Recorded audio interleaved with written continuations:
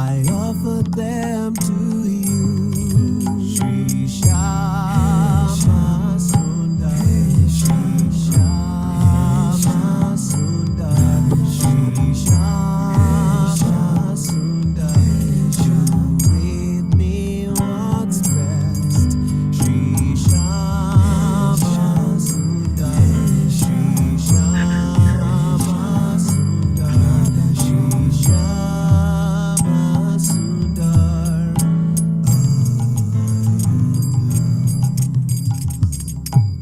In this lifetime, I'm trying so Madhuri, tell us when you've entered everybody, please. put me in the right place at the right time for the right thing. Give me whatever's best, species or inauspicious. Bring upon me what I need. My desire, my intelligence, and my will, they're all contaminated.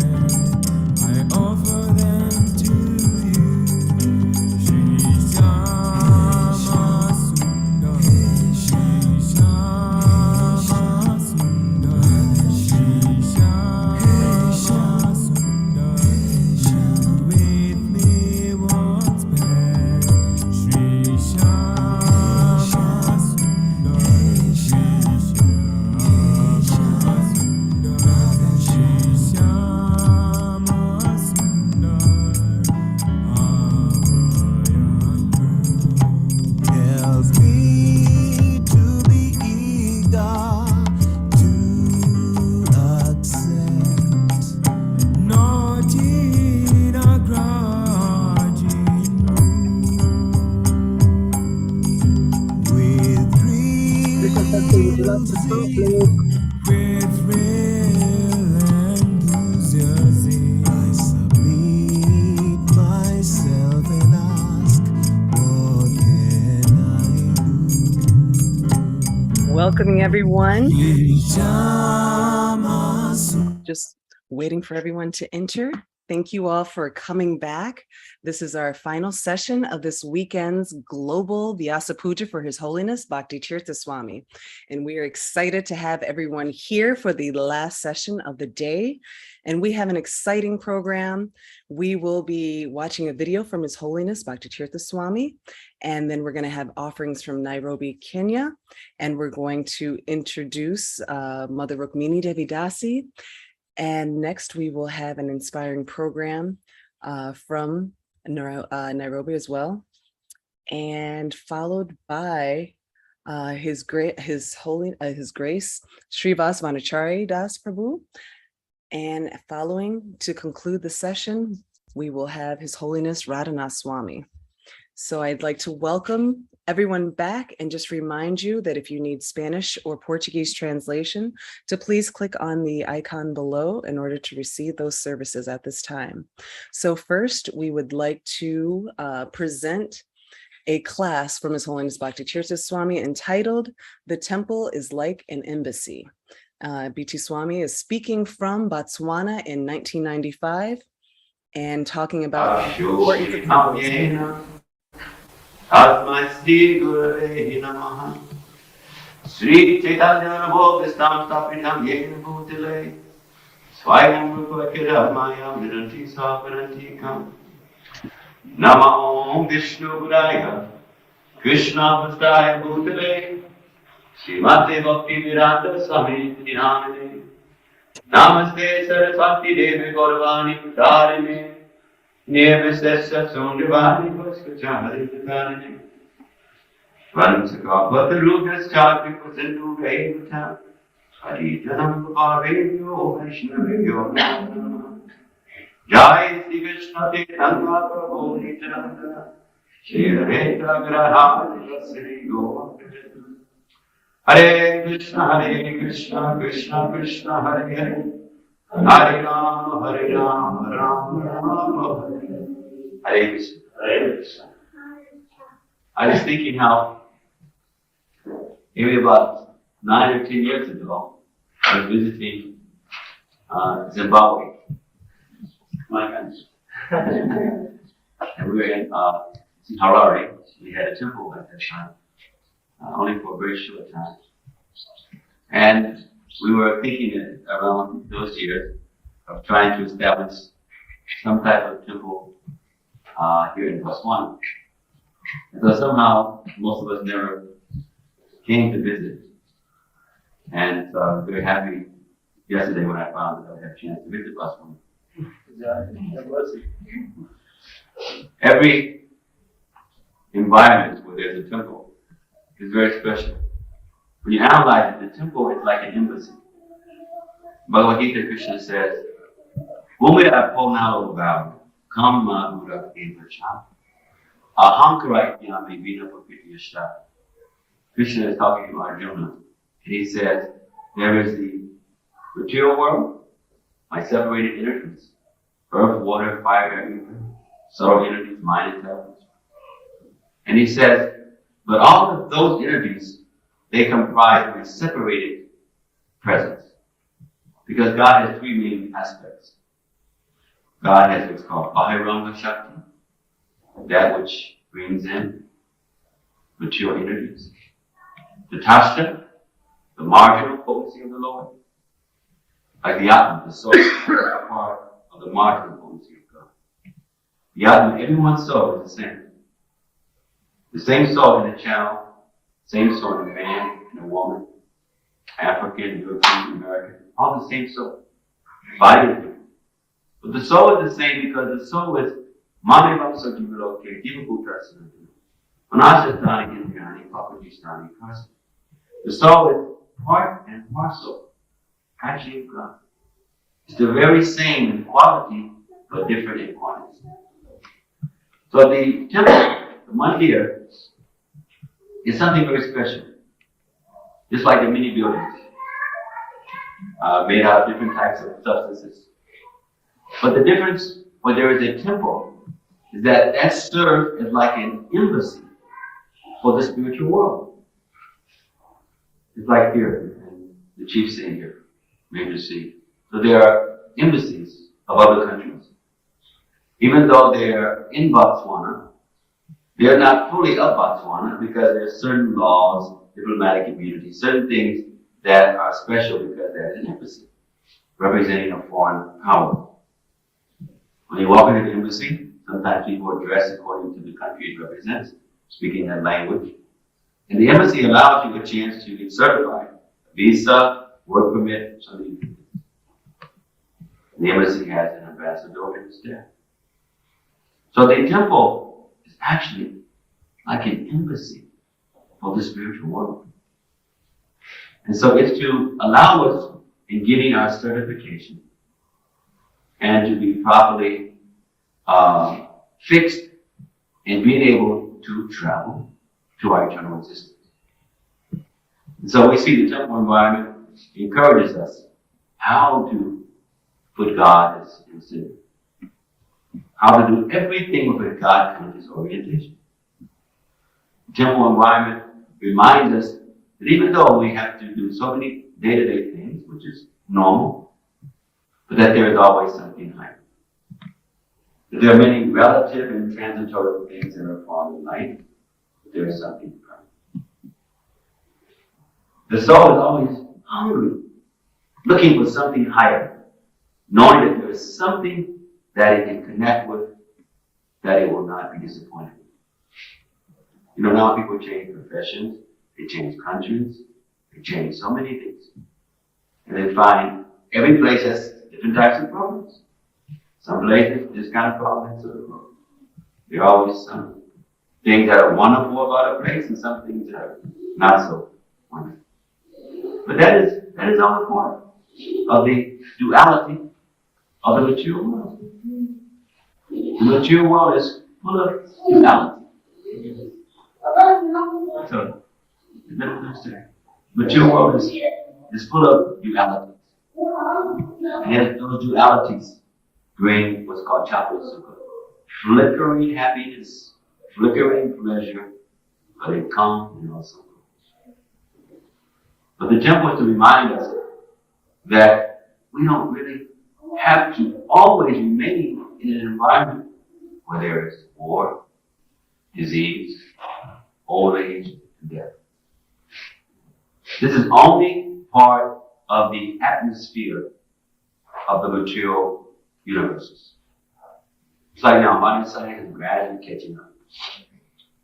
Last year they were able to find other planets within this universe. And now there's a science called exobiology. It recognizes that there are like molecules in many, many other universes. But rishis and yogis have known this since time immemorial. They have known that there is so much more than what we see, touch, taste, and smell.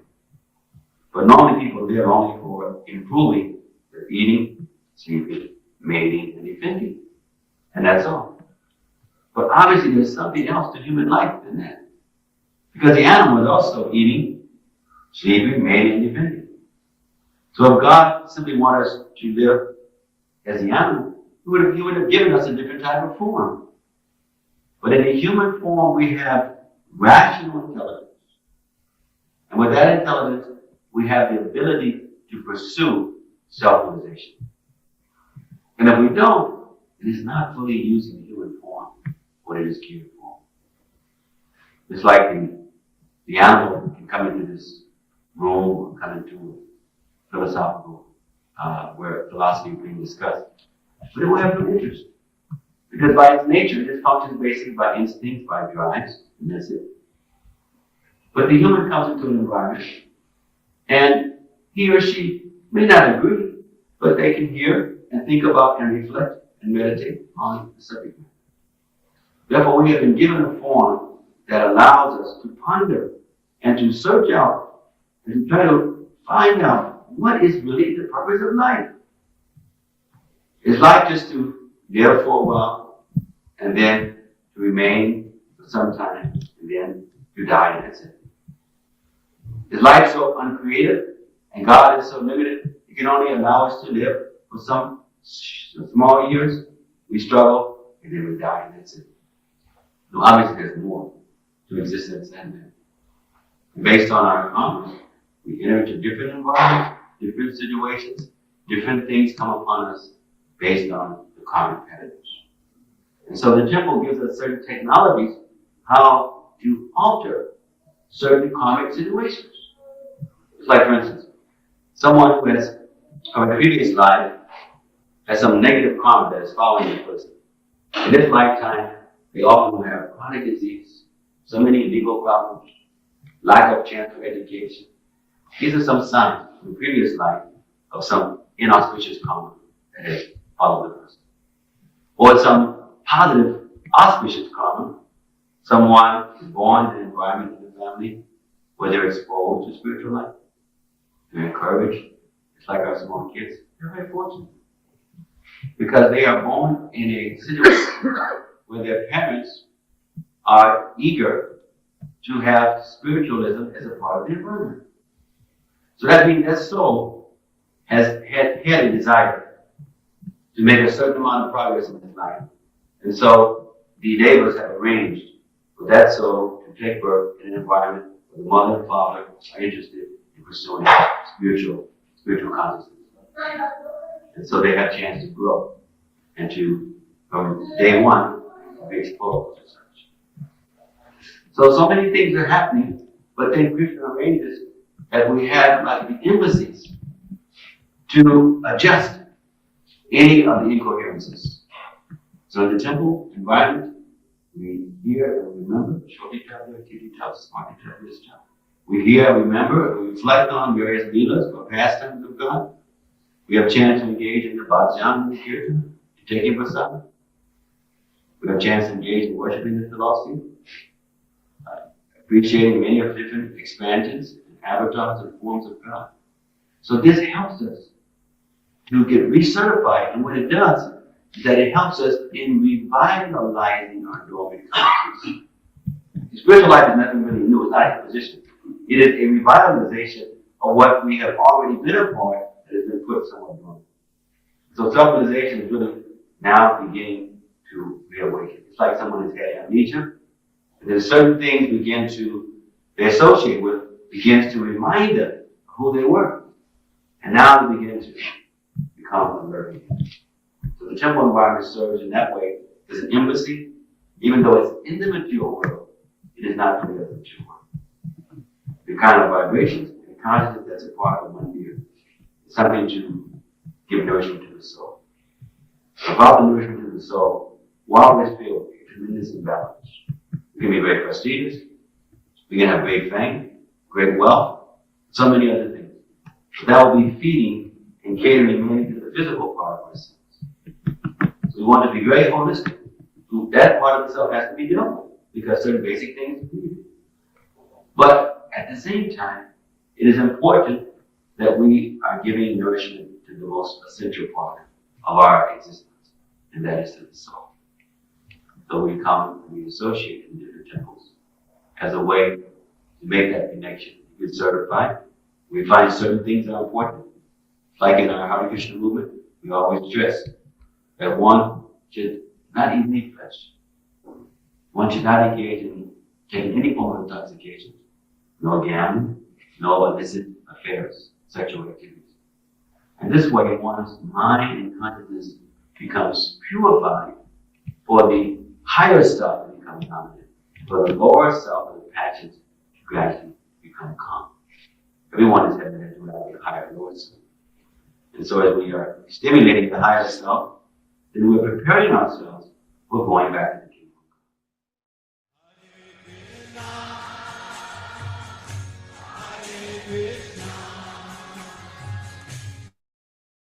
Thank you very much. This was an amazing introduction and remembering Gurudev's words and setting the mood for us to understand the importance of the temple.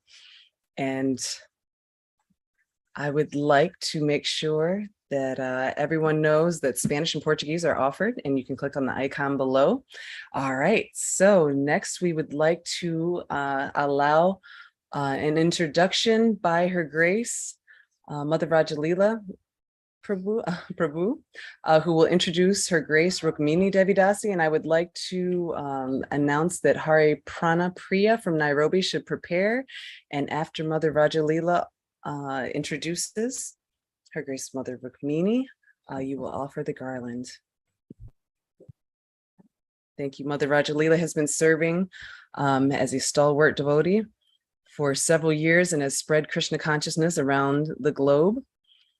All right, so we might do the garland first. And all right, no, if we have Mother, there we go. So after Mother Rajalila speaks, she'll offer the garland. Thank you all so much.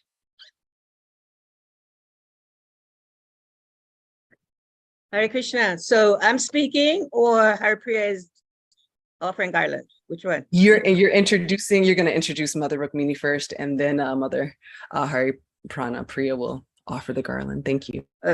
Okay, Hare Bol, Hare Krishna.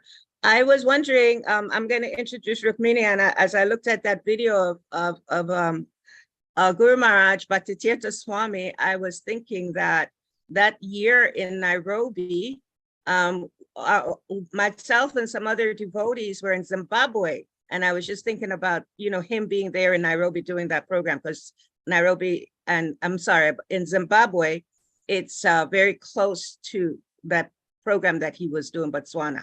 So I was just thinking about that. Hari Hari Bol. So I wanted to take this moment to introduce Her Grace Rukmini Devi. She is an amazing devotee. I mean, there's so many things that can be said about Rukmini Prabhu. However, I'm just going to briefly read just a few things about her. Two things that's not on her bio is that Rukmini is an early disciple of Srila Prabhupada. She actually joined ISKCON when she was 16 years old. And so she has been serving Srila Prabhupada for a lifetime. So Rukmini is an activist in women's spiritual empowerment and interfaith dialogue. She is the founder of Urban Devi Collective, urbandevi.com. You can find that information. And she is also based in New York at the Bhakti Center. I'm sorry, I'm reading this. So she's a member of the board of directors of the Bhakti Center in New York. Rukmini is a member of the board of trustees of the Bhaktivedanta College in Belgium. She's also a member of SABDA, a third-person international committee that advises the governing body commission of the International Society for Krishna Consciousness. She has been transversing the path of bhakti for most of her life, also living in India. As I said, she joined in when she was 16. So she lived in India, Canada, and the US as one of the early first disciples of Bhaktivedanta Swami, Srila Prabhupada. She is featured in the film Women of Bhakti. Rukmini writes, teaches, and leads workshops and retreats internationally. The kirtan artist, Gauravani Das Prabhu, is her son. Together, they lead a Bhakti immersion kirtan adventure to India each year. She lives in the Washington, D.C. area where she and her husband lead a Vaishnavi, she also leads this Vaishnavi amazing retreat, and she's also leading Vaishnavi sanga in New York. However, she and Anuttama Prabhu, they lead a Vaishnava retreat. It's a Bhakti tradition of Christian dialogue and a Vaishnava Muslim dialogue. So Rukmini, she sees the world animated by spirit and practicing an echo bhakti, seeing truth and beauty in nature and in the world as kindred spirits. It's actually harder to read your bio, Rukmini Prabhu, than just speaking about you. So I'm so very grateful and honored that you could bless us with your presence. She's one of those early disciples that welcomed our spiritual master, His Holiness Bhakti Tirtha Maharaj, into ISKCON Society in New York City and Brooklyn Temple. Thank you, Rukmini Prabhu. Thank you, my dear Brajalila. It's an honor to be here. Thank you so much. Om Bhagyana Timarandasya Gyananjana Salakaya Chaksun Militam Yena Tasmai Shri Gurave Namaha. Namo Vishnu Padaya Krishna Prestaya Bhutale Shrimate Bhakti Vedanta Swamini Dinamine Namaste Saraswate Deve Gauravani Pracharine Nirvishesha Sunyavadi Paschatya Deshatarine Vanchakapatarubhyascha Kripashindu Vaivacha Patitanam Pavanebhyo Vaishnavebhyo Namo Namaha. Jai Shri Krishna Chaitanya Prabhu Nityananda Shri Advaita Gadadhar Shri Vasari Gaura Bhaktivinoda Hare Krishna Krishna Krishna Hare Hare Hare Rama Rama Rama Hare Hare. Please accept this garland on behalf of Hari Prana Priya. Please go Hare ahead. Krishna. Please accept my humble obeisance. Please accept this garland of Jagannath. Hare Krishna. So much, Jai Jagannath. I'm smelling the beautiful fragrance of the mercy of Jagannath and all his devotees. Thank you very much. Yeah, so wonderful to be here with all of you. Thank you so much for welcoming me. Thank you, Brajalila, my dear friend and sister. Yesterday, this past couple of days, we witnessed a miracle at Princeton University that by the combined mercy of Srila Prabhupada and Lord Krishna, Bhakti Tirtha Swami's heart being so transparent and reflecting back their mercy through the prism of his own deep realizations, this most glorious godbrother, mentor, guru to so many of you, he was actually immortalized yesterday in the Princeton Chapel at Princeton University. Most amazing thing, this such a miracle that this brilliant leader of ours who started life as a Black man in the ghetto of Cleveland, Ohio, was immortalized in this chapel at Princeton University for his great service to the world and to service to uplifting the world. So I was thinking that, it's said that the sadhana practice of Raghunath Das Goswami is compared to the fixed sadhana practice of Raghunath Das Goswami is compared to lines etched in stone, because lines etched in stone can never be removed. They're there for permanently. So this most amazing offering was made by the deep meditation for many years, deep prayers of Venkatabhatta Prabhu, who's the chaplain at Princeton University. So it's the most amazing thing. We witnessed seeing this stone in the wall at Princeton University with his name, Bhakti Tirtha Swami, honored as a mentor, and John Favor is the date that he graduated at Princeton. And his name is up there right on the same wall as presidents of the university, past presidents of the university, and signers of the American Declaration of Independence. And some of those men whose names are up there right next to his name, they were themselves slaveholders. So the most amazing thing that our dear beloved, most glorious God brother, guru, mentor is being honored like this. So please, whenever you come to New York to visit 26 2nd Avenue or the tree in Tompkins Square Park or Bhakti Center, please make your way down to Princeton University and pay your respects to this place where the great Bhakti Tirtha Maharaj has been immortalized in stone for his great service, his great practice etched in stone. So I wanted to share with you all the story. I actually didn't want to share this story, but Kunti, my dear brother and sister Kunti Devi Madhvacharya, have begged me to share this story. So reluctantly, I'm sharing a story about Bhakti Tirtha Maharaj.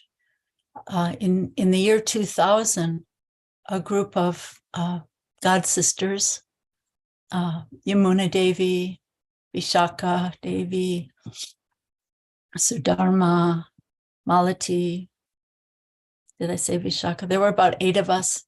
And we came to speak to the GBC in Mayapur about how the women in ISKCON had not been treated well over so many years, and the discrimination that they had faced and the lack of respect in our temples all over the world. So we spoke to the GBC at that time, and they were very moved, actually, and they promised that things would be better, and they promised that there would be change. And up until that point, a woman had never given a talk in Mayapur. So they said that, well, let's have one of you all choose who should speak tomorrow morning and give the Bhagavatam class in Mayapur. So we all thought that Vishaka Devi should give the class. She's so learned, so scholarly, such a great scholar of our tradition. So the next morning, when we all arrived for the Srimad Bhagavatam class, the book was gone, had been removed from the temple room. The sound was turned off, and there were no kartals. And it was the most amazing thing, because Bhakti Tirtha Swami, we all know how he was. He was always, he was like a great general, always standing up for those who had been discriminated against. And like a general, but with a melted heart, right? So he just stood up, just like a general, and to defend his god sisters, really.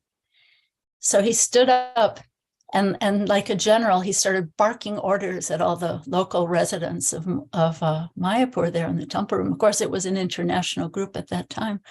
So he's saying, "You get that book right now. You turn on the sound, get those kartals." And he was just, I always remember that he was like you know, we hear descriptions of Lord Chaitanya dancing at Ratha Yatra, that he was described to be like a firebrand that, you know, that his, like fire, he was dancing, and no one could see exactly where he was because his dancing was so powerful.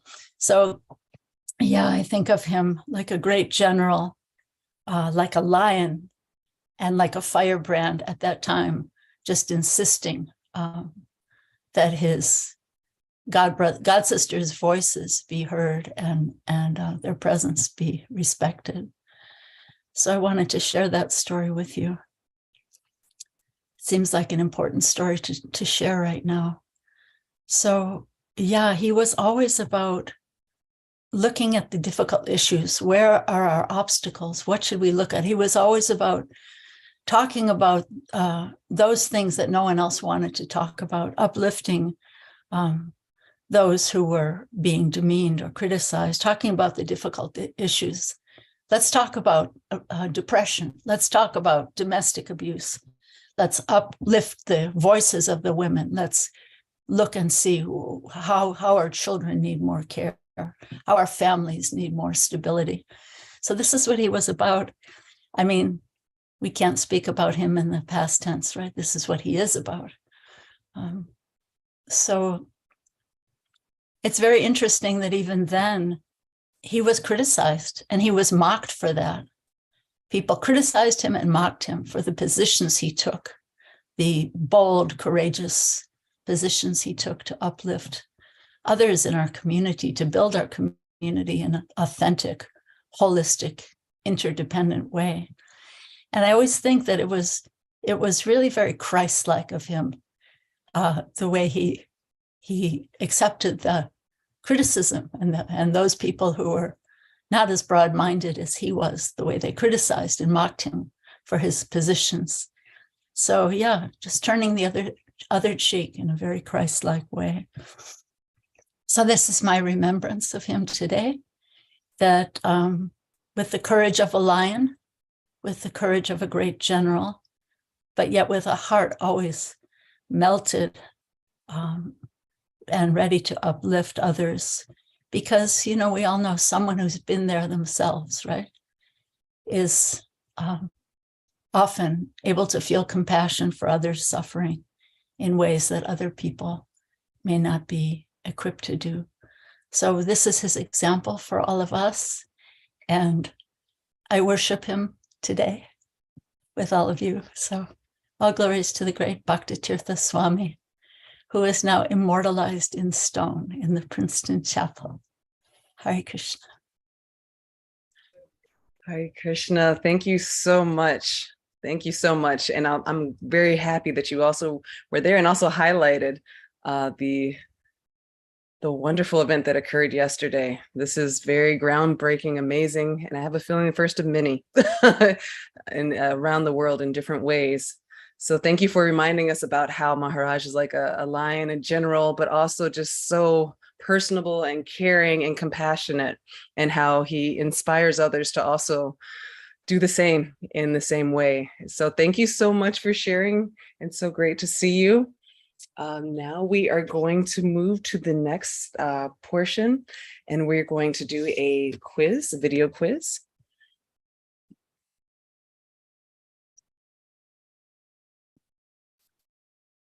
Right. So definitely thinking about, I feel like our earlier session, thinking about Nanda Maharaj and carving Gurudev's cane, the Lion King, and thinking about just that fierceness and talking about subjects that a lot of people do not actually want to talk about, you know, nowadays, as we revisit and continue these topics, it's makes us need to revisit his lectures and books. All right, so session 2 of the quiz. And the first question is, which of the following group was formed by the inspiration of His Holiness Bhakti Tirtha Swami? A, Pure Devotee Association of Africa. B, Gay and Lesbian Vaishnava Association. C, Brahmachari to Sannyasi Training Group. Or D, Grihastha Ashram Group. And you have 30 seconds to decide. I won't do the Jeopardy singing again, even though I'm very tempted.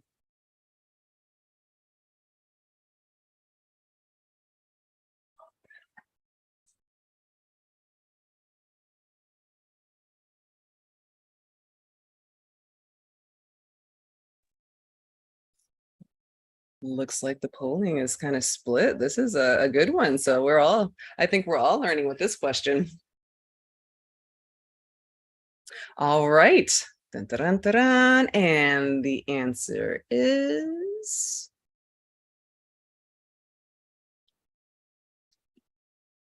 Gay and Lesbian Vaishnava Association, Galba. All right, fascinating.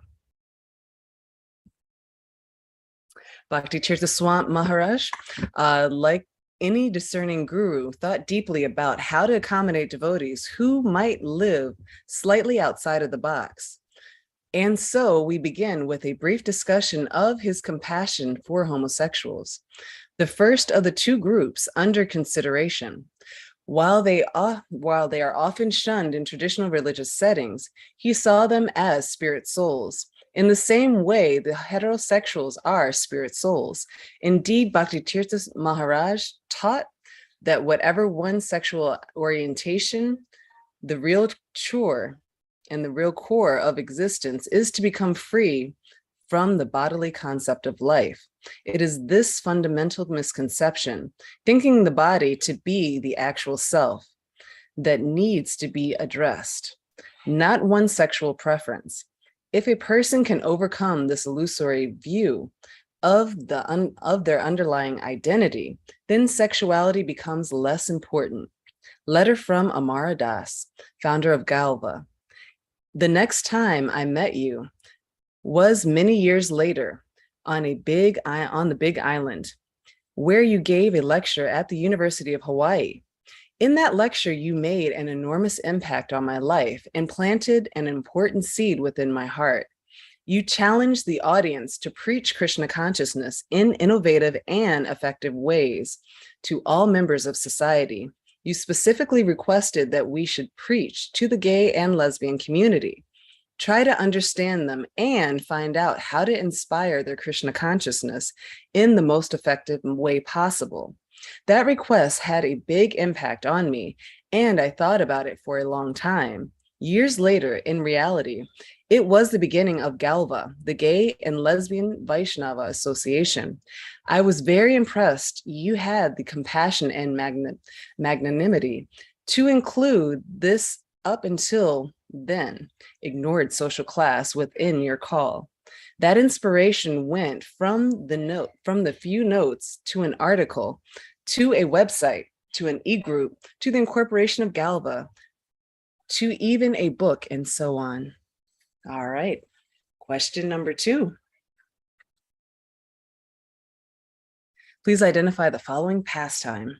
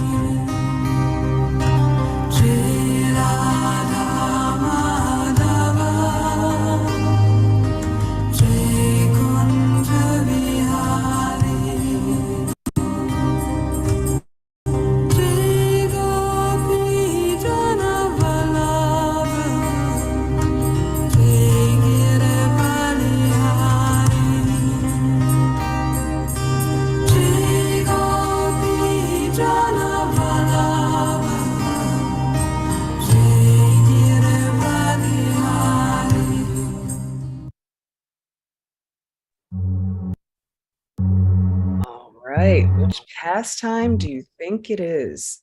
Please identify the pastime of His Holiness Bhakti Tirtha Swami from the video. Is it A, in Lagos, Maharaj compassionately anger on the mismanagement during one of the festival Bhagavatam classes? Is it B, in Mayapur, Maharaj showed compassionate anger to enforce new policy to let women devotees give Bhagavatam class?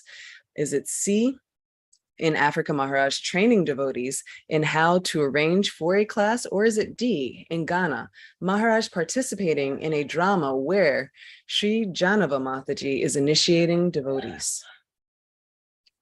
Right.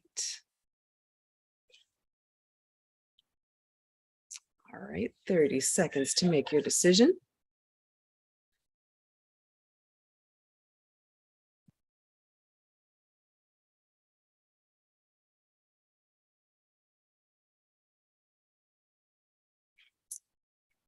Dun, dun, dun, dun. About 5 more seconds.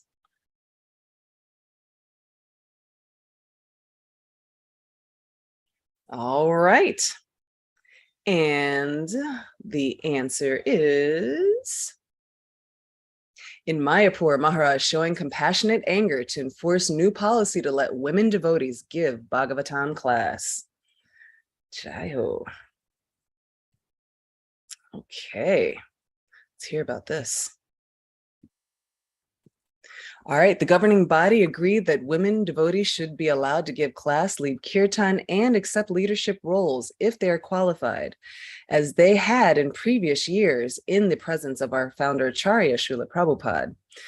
It was further decided that Vishaka Devidasi, a learned and respected god sister, should give the Srimad Bhagavatam class the following morning.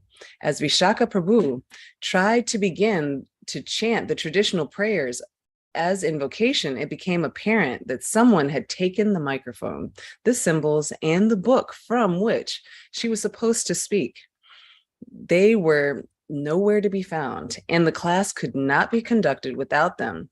At this point, Bhakti Tirtha Swami jumped up and, in the mood of fierce compassion, spoke vehemently to the resident sannyasi. Listen, he said, you better get that book, microphone, and symbols, and you'd better get them now. In a force, he ordered different resident devotees who were present, adamant that they correct the situation immediately. I was stunned with admiration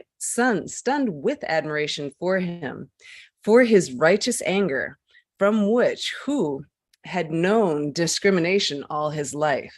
I felt blessed to see his loving care for everyone, his fearless compassion. Within moments, someone brought the Bhagavatam, the symbols, and the microphone. Vishaka proceeded to give a lucid, erudite, sublime class with no political agenda that was deeply appreciated by the devotees who were present. And this is coming from Black Lotus, The Spiritual Journey of an Urban Mystic, Chapter 8, Working for the Disenfranchised. Wow, beautiful. Very much correlated with what we heard earlier. Excellent. Question 3. Which of the following is a prayer by His Holiness Bhakti Tirtha Swami in his last Vyasa Puja offering in 2004 to Srila Prabhupada? Is it A, Dear Lord, whatever we need to be better servants for Srila Prabhupada's mission, let it happen or come to us? Or is it B, take away my will, Krishna, I am yours. Force me to do what is right and best. Use me as you like, use my intelligence. Or is it C, Dear Srila Prabhupada, please forgive us for not properly maintaining what you have given us. Please empower us to move ahead. All right, please make your decisions now via the poll.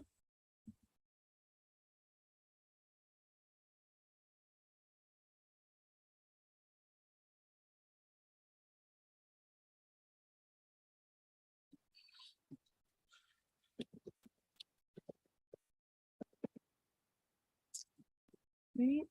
10 more seconds. Right now, it looks like the audience is sort of split, leaning towards one answer. Dun, dun, dun, dun. All right. And the correct answer is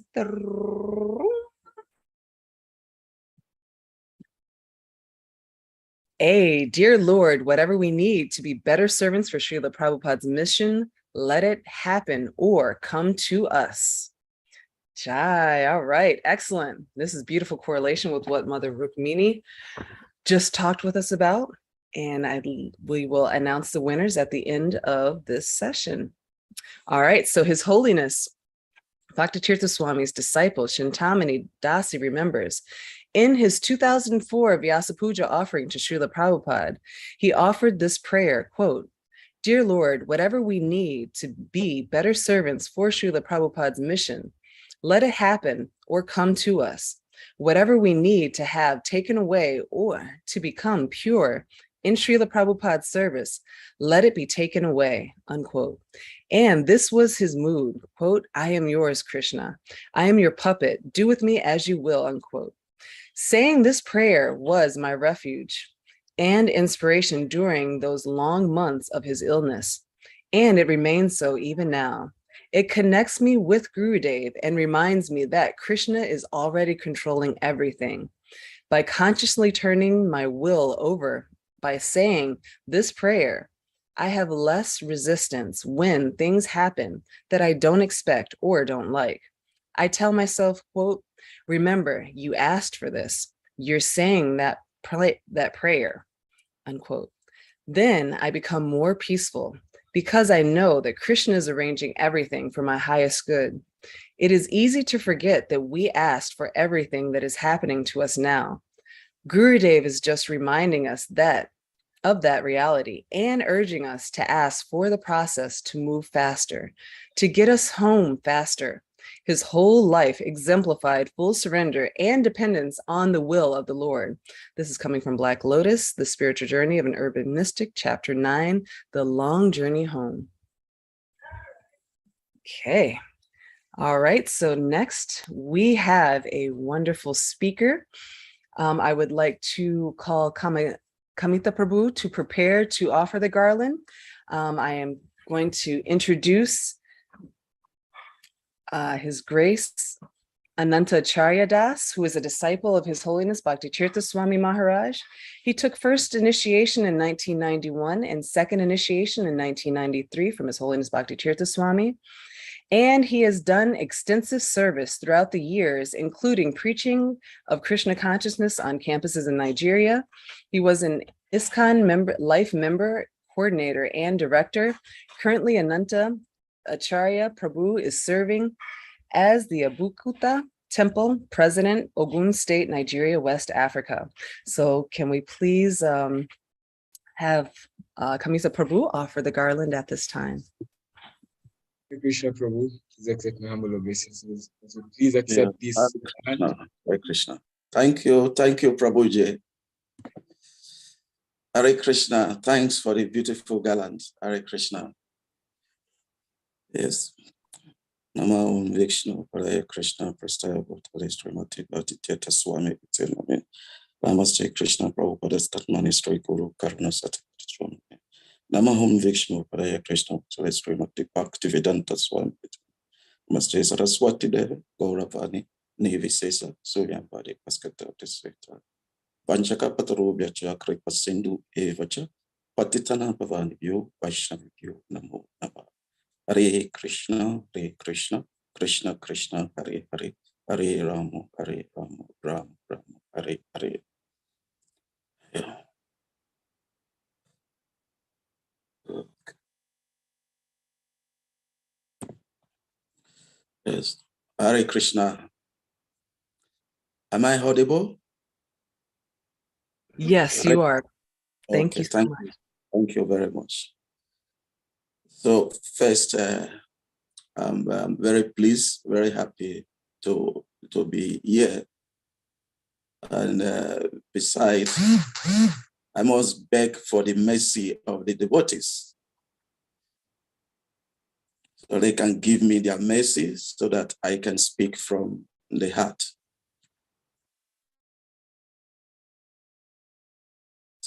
Gurudev, about the glorious activities of Gurudev, whether we just paint on some little that I know about him. You see, the Gurudev if we look at his antecedent, he was God sent. God sent. He wasn't an ordinary personality. We should take this. He was God sent. You see. We should count ourselves fortunate, very, very fortunate to have a great personality like him. Very, very fortunate. Because personalities like them, they are very rare. They are very rare. Even in millennium, you don't get them. They are very rare. So, Martin Luther King Jr. had it as a Christian, a Baptist minister. He was a Baptist minister. Little Jr., popularly known as Malcolm X, he took the Islamic side. He was a Muslim. Here, we are seeing Bhakti Tirtha Swami, Gurudev, coming now as a Krishna devotee. As a Krishna devotee. Martin Luther, Malcolm X, Bhakti Tirtha Swami, Gurudev. Look at these great personalities.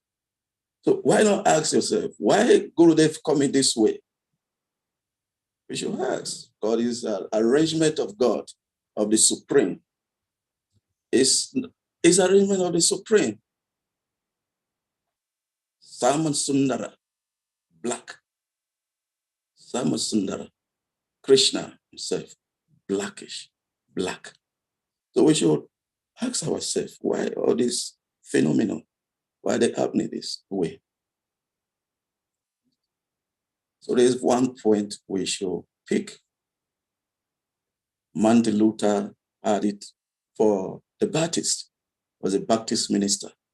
Malcolm X, Minister Malcolm X, because he was a member of the Nation of Islam. Nation of Islam, by Honorable Prophet Elijah. Well, these people there, Nation of Islam. Now we're having Bhakti Tirtha Gurudev. Now, African America. African America. Have we ever thought this way? God works in a mysterious way. This great personality, Martin Luther King, Malcolm X, they preached, but they did not give transcendence. They did not give transcendence. Transcendental knowledge, they did not give it. So Krishna has a way of fulfilling the desire of devotees. So he sent Bhakti Tirtha Swami to represent, to come back, perform in ISKCON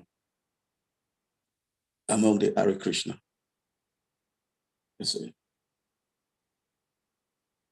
It's not by chance, even we find him that he was a member of the civil rights movement of Martin Luther King Jr. That he was also a member of Martin Luther King Jr. group. So we should ask ourselves, why are these things happening like this?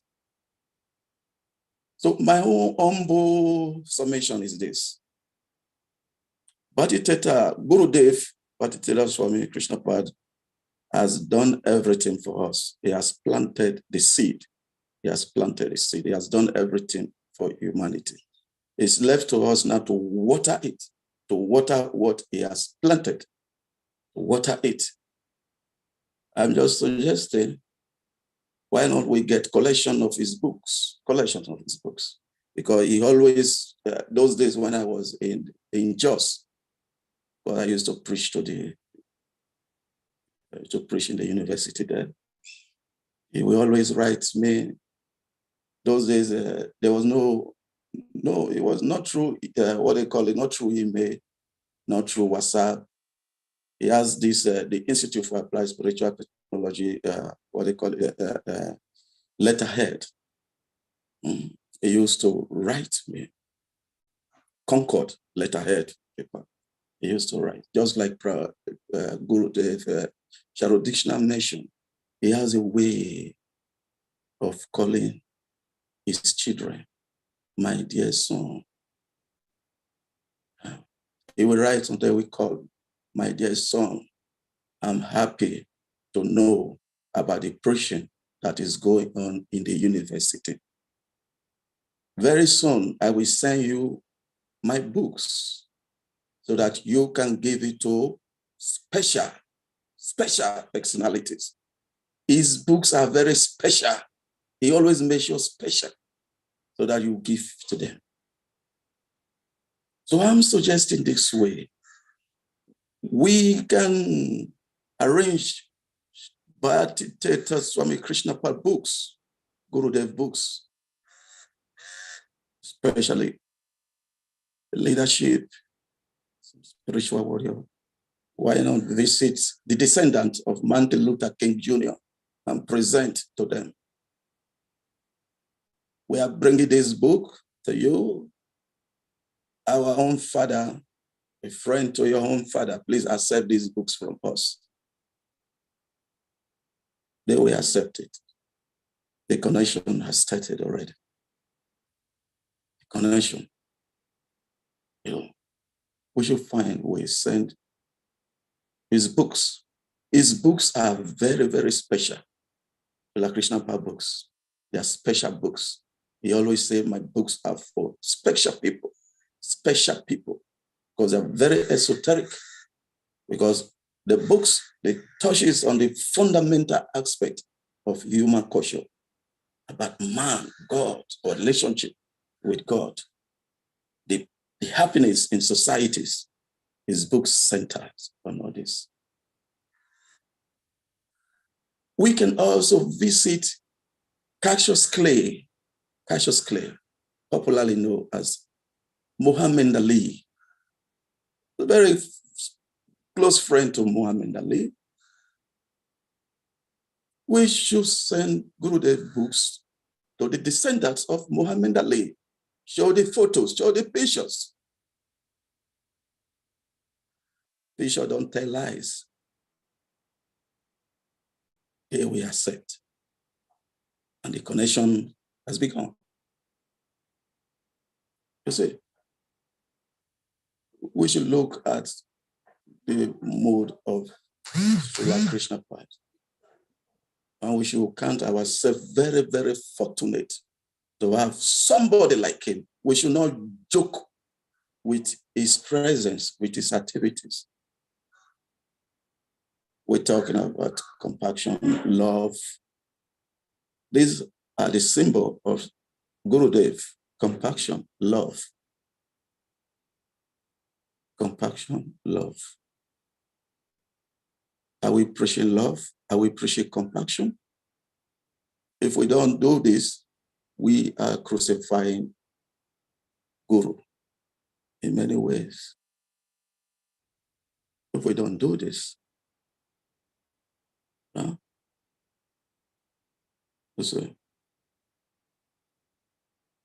Martin Luther King, Malcolm X, they have done it to some level, to some degrees, but Gurudev came to surpass them by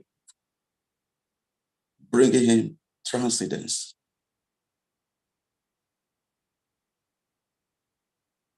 Martin Luther King did not preach transcendence. Malcolm X did not preach that.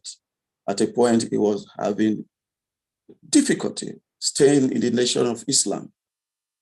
They were fighting him because himself he was a revolutionary. He never takes nonsense. He never takes nonsense. So he even at a point, he left the nation of Islam. He left there and went to stay with Cassius Clay, Muhammad Ali. He was with Muhammad Ali when he was at the difficulty with the nation of Islam.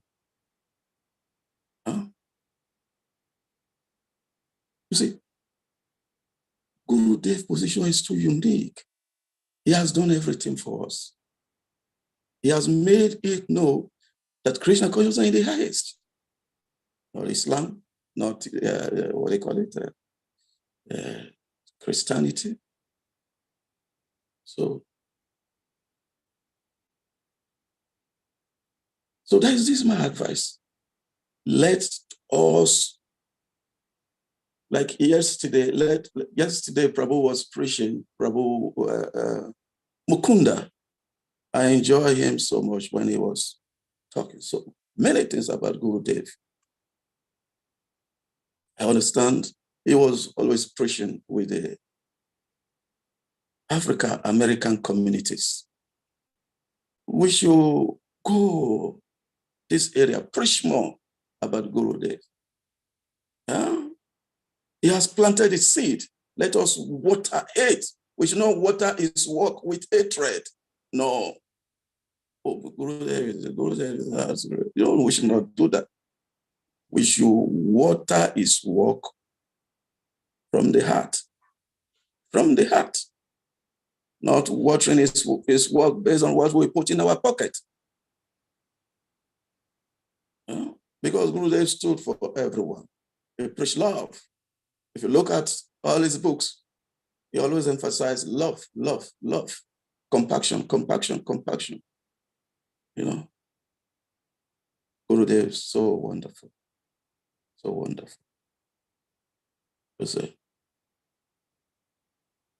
So please, let us see how we can push his work. Push his work. Because he has done everything for us. Let's push his work so that he can be pleased with all of us, with everyone. So he can be pleased with everyone. It's not by chance you see him coming in this form as an Afro-American. It's not by chance coming in this form as an Afro-American. He always, whenever he's in Africa, he's always happy. If he relax.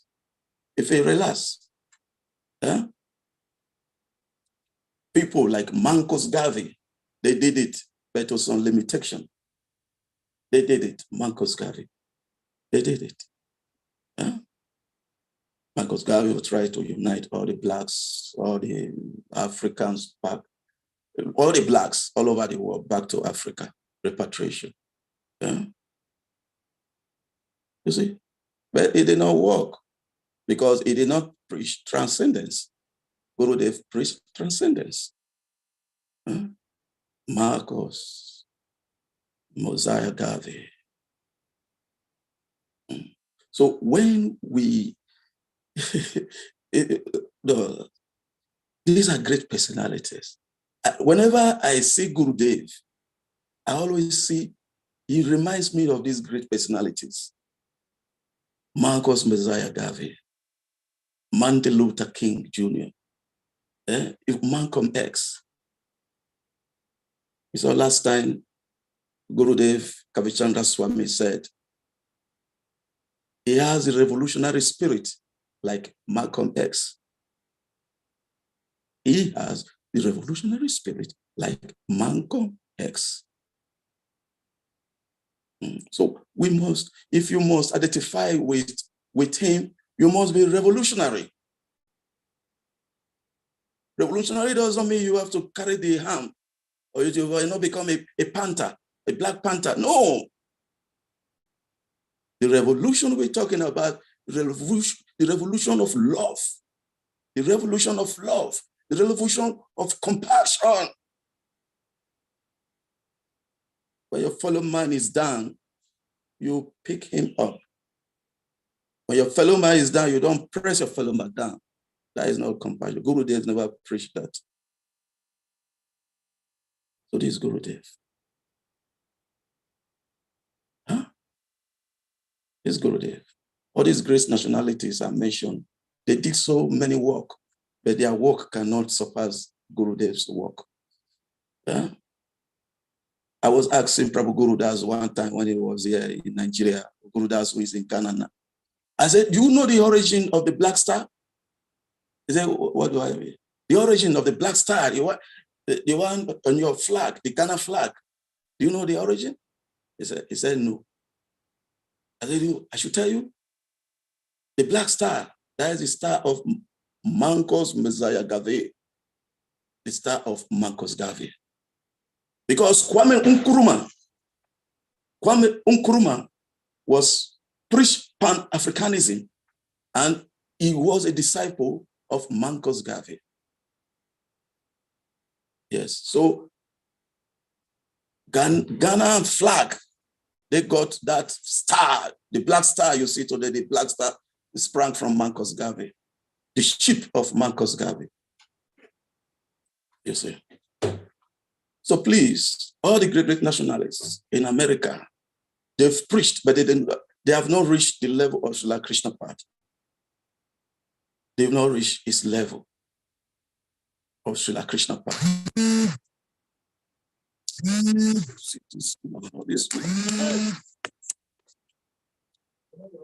Sorry.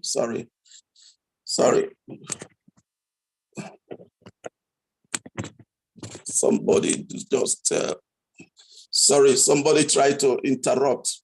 Sorry, please, I'm sorry. And no worries, just one more minute. As I was saying, permit me to read something that I jotted down this morning about Srila Krishna Prabhupada. Say, I humbly want to use this unique and concited medium to beg for forgiveness, as I am bereft of the pedigree to talk about the glorious and quintessential activities of Gurudev Bhakti Tirtha Swami Krishna Prabhupada.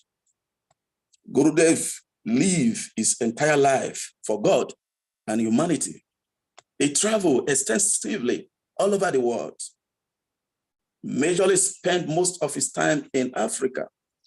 He developed a strong interest in the condition of the people in Africa and the devotees in general. He was profoundly influenced by the teaching of his spiritual master, ISKCON founder Acharya, His Divine Grace Srila Prabhupada. Gurudev Bhakti Tirtha Swami Krishna Prabhupada was sent here on earth by God for a special mission for the pleasure of God. He developed farm projects, cottage industry, schools, and temples in Africa and different parts of the world.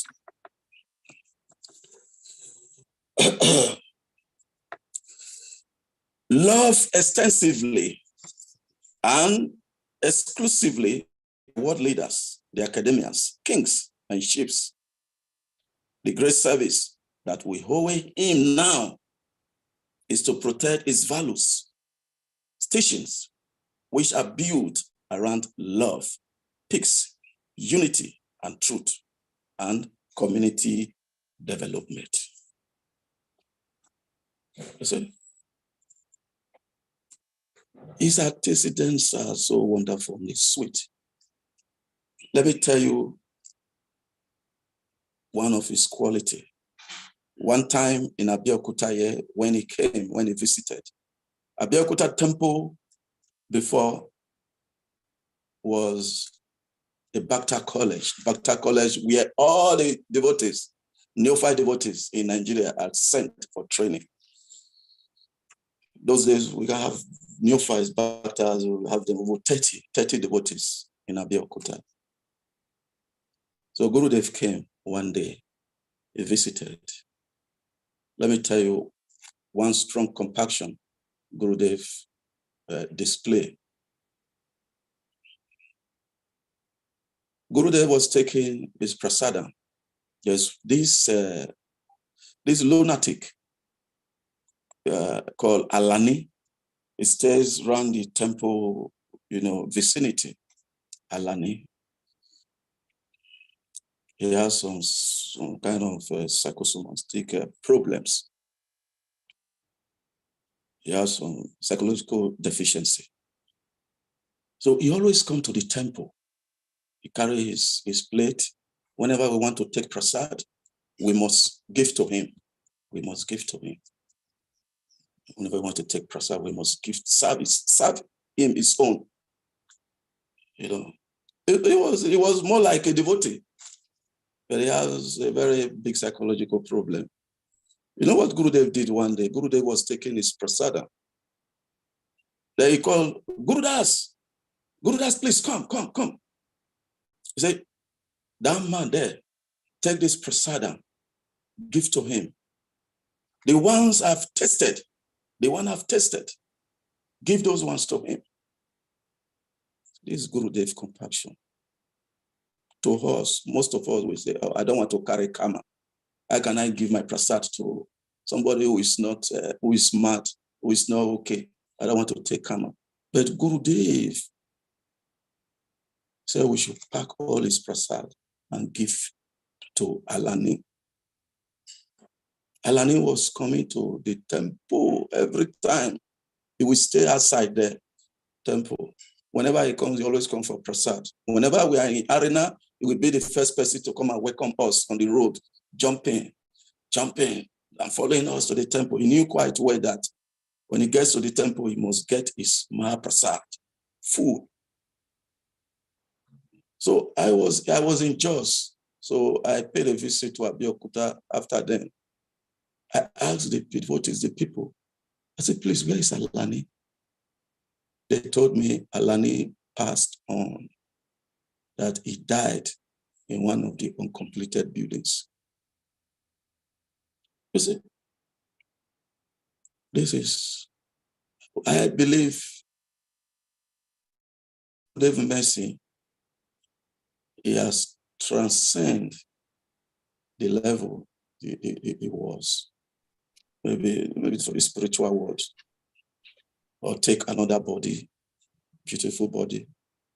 You know, I was shocked. You know, so this is one of Gurudev's compassion. We have 30 more seconds. Giving his Mahaprasad to a lunatic.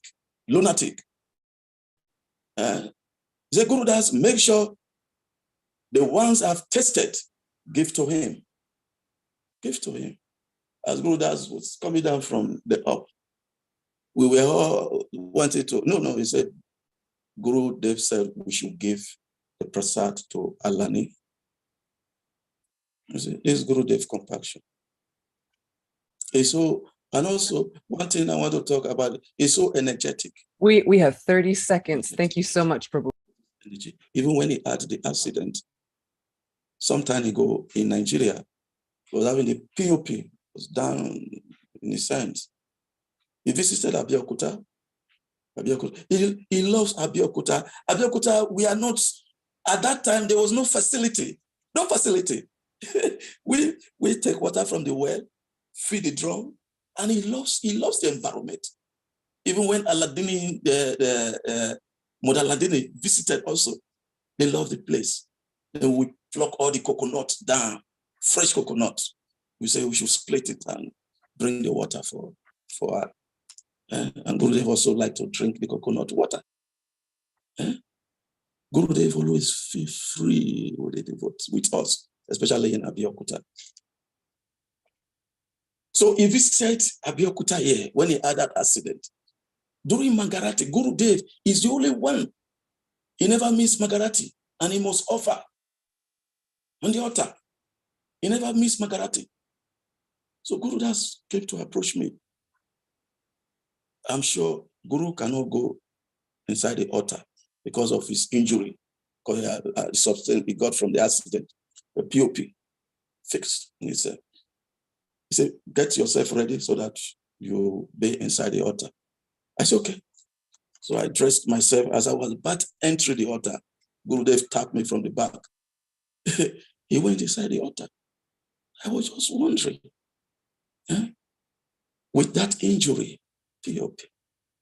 So that is one thing we should. We can talk about some of his qualities. His qualities are too wonderful. Is it about the speech we want to talk about? When he speaks, it's wonderful. the spirit of elocution. Yeah, he always, when I say Gurudev, it reminds me of Booker T. Washington Jr. Booker T. Washington Jr. This Gurudev, so eloquent, with that spirit of elocution. Wow, I think you have the. I think you also have the gift of elocution. And see how we can help him to water. Yes. Thank you so much. Oh no, I didn't do that. Thank you. Am I talking beyond? Time is. Yeah, I think we're 8 minutes over right now. Yes. Okay. Let me round up. So I just let me read this. I got this this morning too. I say it's good. Let me share it with the devotees. Let me read this. It's about Gurudev. It's about the aspect of you must, how do you get you to preach? You must have certain quality. How can you give what you don't have? Let me read this. Very, very brief, 2 minutes. A minute, please. He said, we must learn to love ourselves. What does that mean? As we have seen, those who do not care for themselves cannot give it to others. It is hard to give something you do not have. It is hard to share something that does not with you. It is hard to connect with somebody with something when your own supply is empty. But when you have, then you can share and connect based on that. You see? So I must thank you very much for giving this opportunity. And we just have to pray so that we can get more of the mercy of Srila Bhakti Tirtha Swami Krishna Path. Because they say when the Guru is pleased, ultimately Krishna will be pleased. You see. So I thank you very much. All glory to Bhakti Tirtha Swami Krishna Path 𝐾𝐸𝐬. All glory to Srila Prabhupada 𝐾𝐸𝐬. All glory to Bhakti Dhira Damodara Swami 𝐾𝐸𝐬. Hare Krishna. Thank you very much. Thank you so much. That was beautiful. I mean, you brought us to talking about civil rights movements and these. I did not know that about the Ghanaian Star. I love that legacy. Definitely looking at the African diaspora and connection to the African continent, and just basically understanding that transcendental knowledge is not what these other people had, such as Malcolm X, Martin Luther King, Marcus Garvey, and Bhakti Tirtha Swami had that, has that, and is actually what the Africa and the diaspora and everyone else around the world needs in terms of like making sure that we focus on love as a key ingredient. All right, we are going to move to the next session where I'm going to read a passage of inspiration, and then we're going to proceed to a song offered by Nairobi Yatra, and from there we'll proceed. All right, so let's upload the passage. And if not, I think I will go on to the song offering, which is going to be offered by the Nairobi Yatra. It's called, all right, we do have it.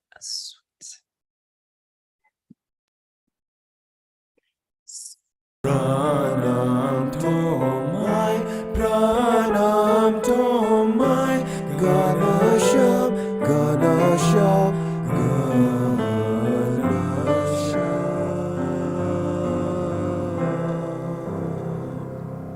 Take away my will, Krishna. I am yours. Force me to do what's right and bad. Use me as you like. Be my intelligence, be my mind. Act as my will. I don't know what's best for me. My desire, my intelligence, my will. nominated, I offer them to you. Shri Shama Sundar, Shri Shama Sundar, Shri Shama Sundar. Do with me what's best. Shri Shama Sundar, Shri Shama Sundar, Shri Shama Sundar.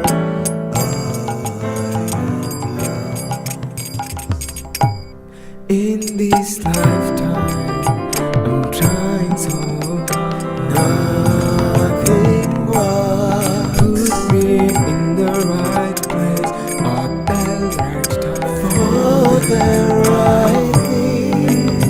Give me whatever's best, species or inauspicious.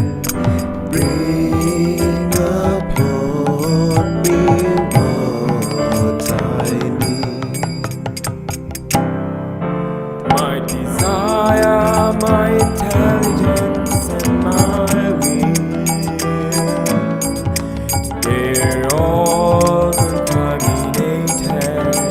I offer them to you.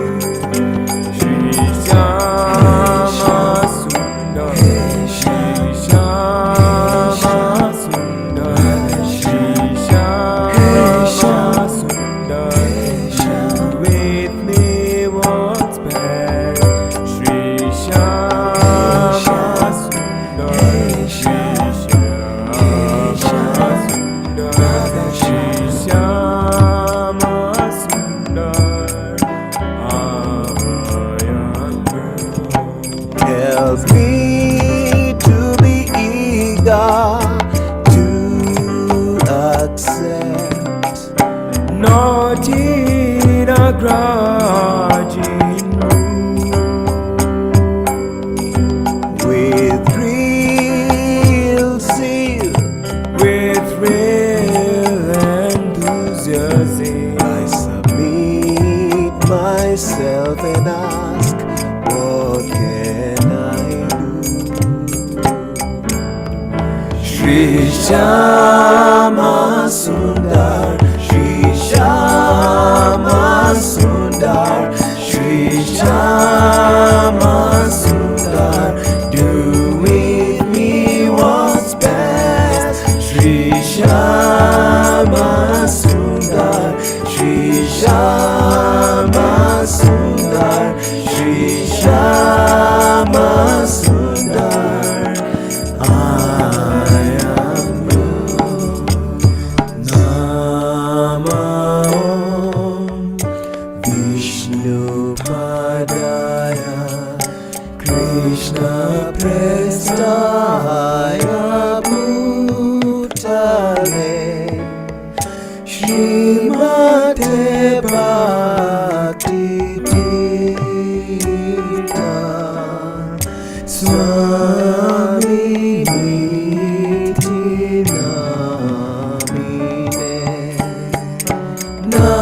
Namaste Krishna Padaya Prabhupada Shri Tatmane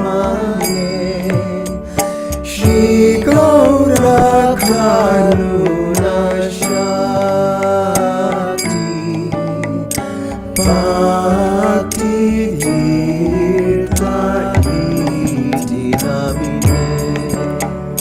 Nama Om Vishnu Padaya Krishna Prestaya Bhutale Srimate Bhakti Vedanta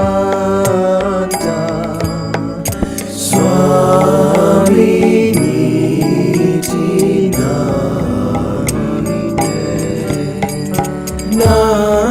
Namaste Saraswate Deve Gauravani Pracharine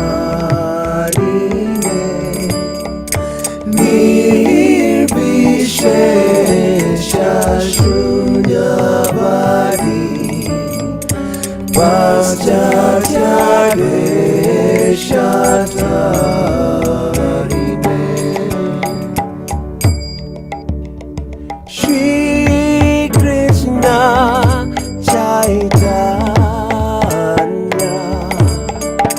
Prabhu Nityananda Shri Advaita Gadadara Srivasadi Gaura Bhakta Vrinda Hare Krishna Krishna Krishna Hare Hare Hare Rama Rama Rama Hare Hare Hare Krishna Krishna Krishna Hare Hare Hare Rama Rama Rama Hare Hare Jaya Gurudeva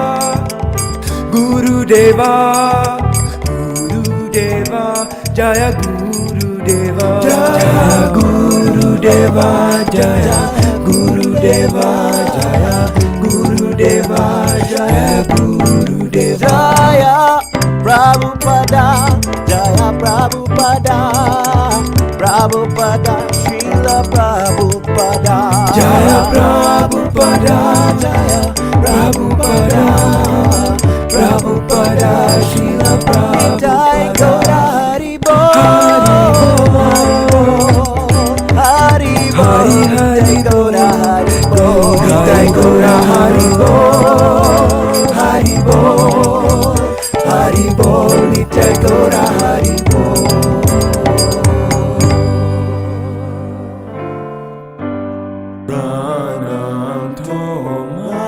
Pranam Tomai Ganasham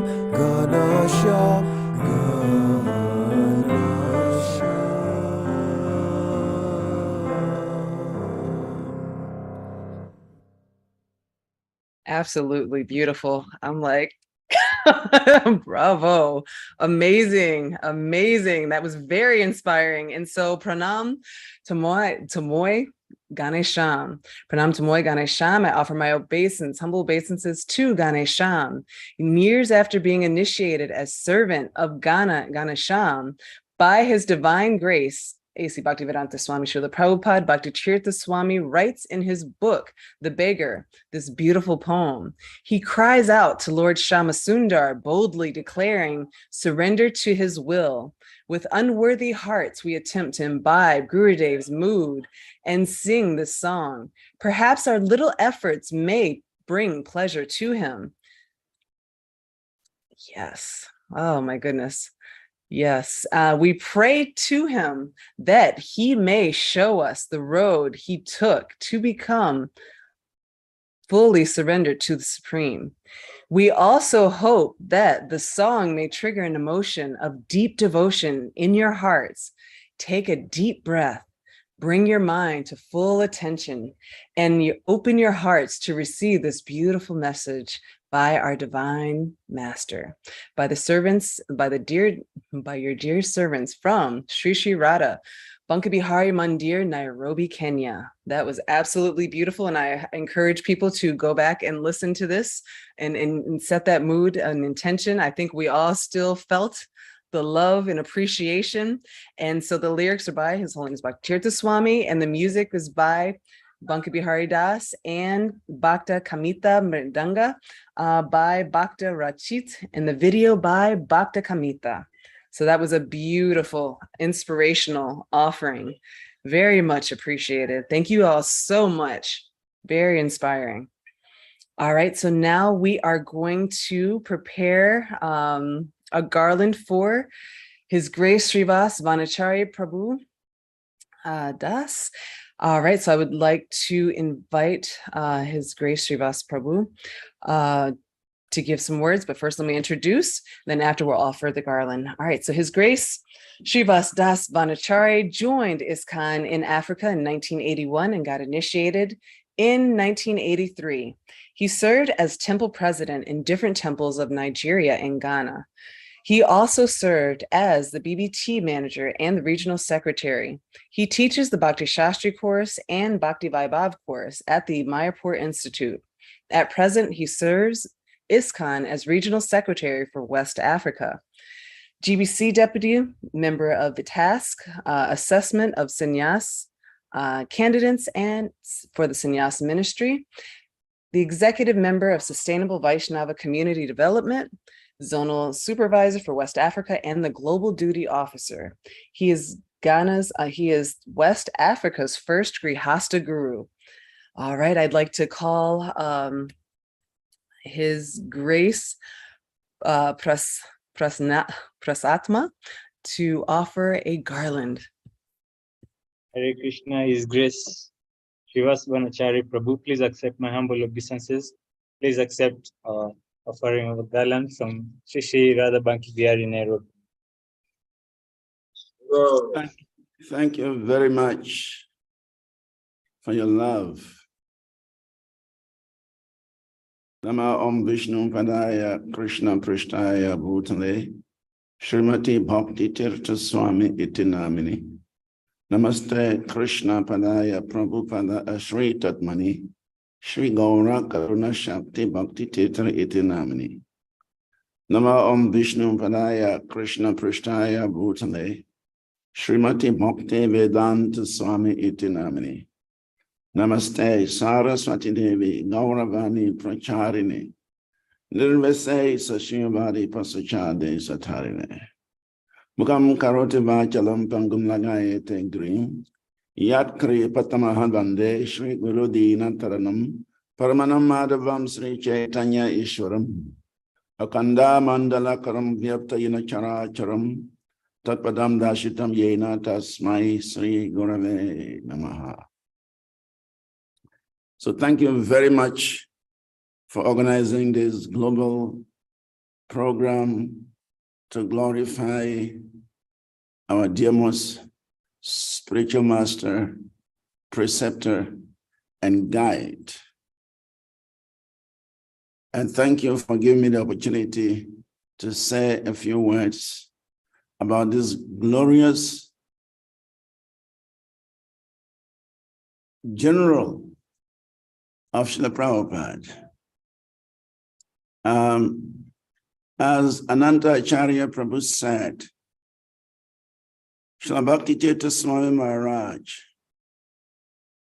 personally told me that he could have taken a body from any country, but Krishna personally gave him the black color, the black body, for a purpose.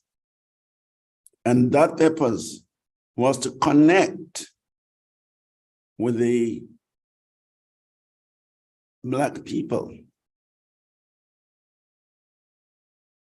So his coming into this world is purposely, Krishna sent him purposely to give Africans and Africans in the diaspora the opportunity to link with Krishna consciousness. Malcolm X preached Islam.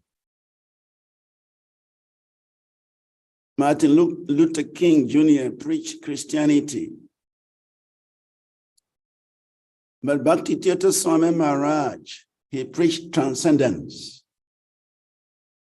knowledge beyond the body, knowledge beyond religion, knowledge that takes us back to our original source.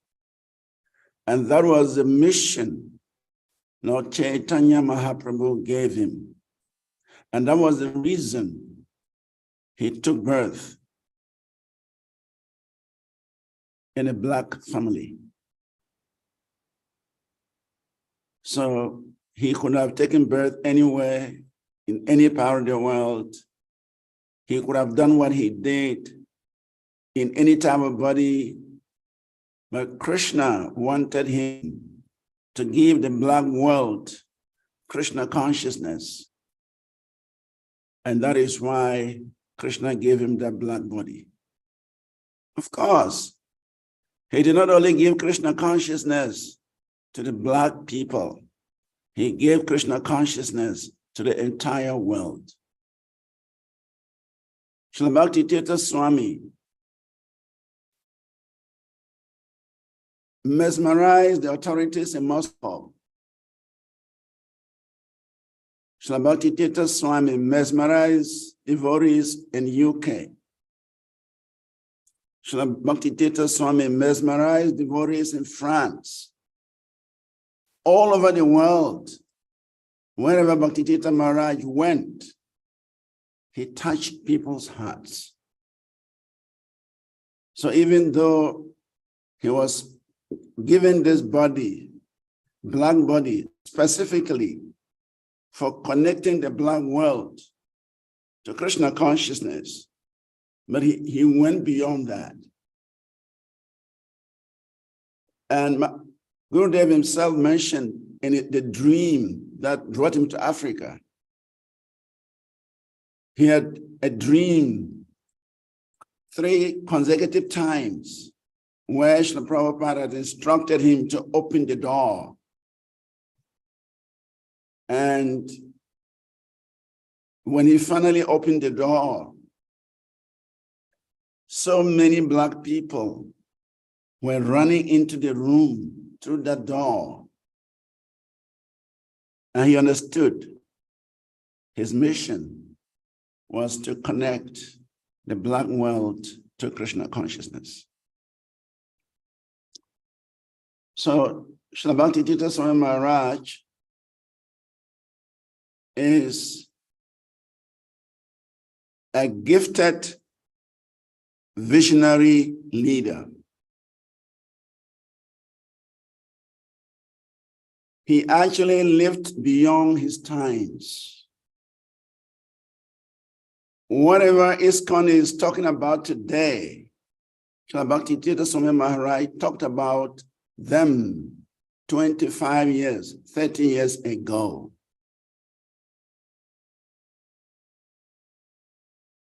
He saw what others could not see.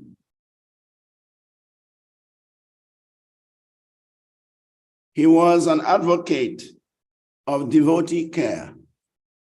Today, ISKCON is battling with devotee care.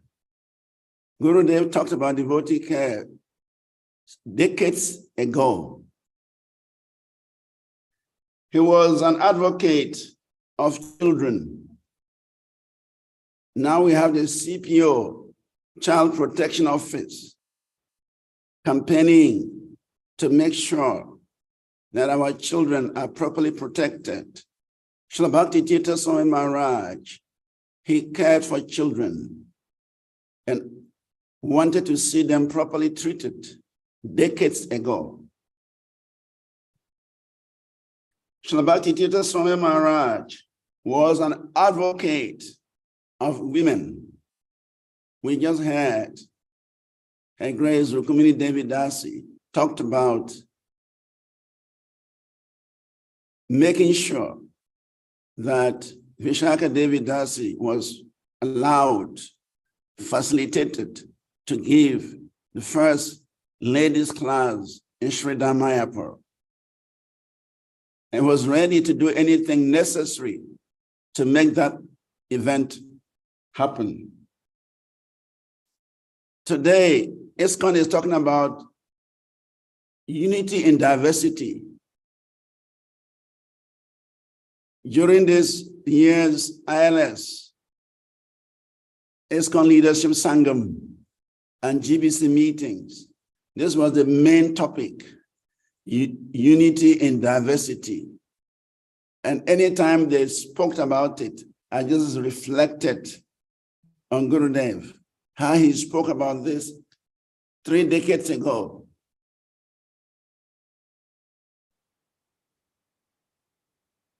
So, Srila Bhakti Tirtha Swami Maharaj, he actually lived beyond his time. And that is why he was not easily understood. A leader who lives beyond his time cannot be understood by ordinary people.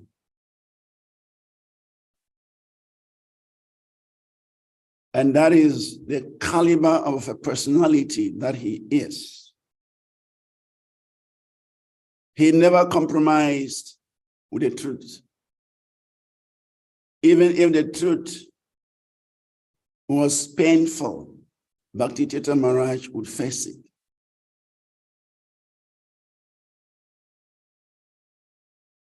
And he demonstrated his visionary acumen in many ways. He was an innovative preacher. Today we have so many innovations. If it comes to innovative preaching, Srila Bhakti Tirtha Maharaj is the founder of innovative preaching in his camp. No doubt about it. At the time he was doing his innovative preaching, his God brothers did not understand him. Many people, many devotees did not understand him.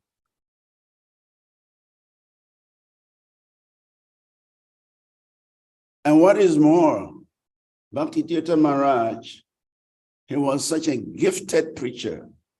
He was such a gifted personality that he mesmerizes anyone who listened to him. Anyone who would associate with him would be mesmerized by his message. I have personally witnessed some of these incidents. One incident I would like to share is anytime Maharaj will come to Ghana, we would arrange high-profile meetings with different important personalities. He met the police commander of Greater Accra. He met the IGP of Ghana, Inspector General of Police in Ghana. He met the Director General of Prisons. He met different personalities, and even the head of state, President Jerry John Rawlings, late President Jerry John Rawlings. Bhakti Tirtha met all these people, and all of them, not a single one of them was not affected, was not mesmerized by the potency.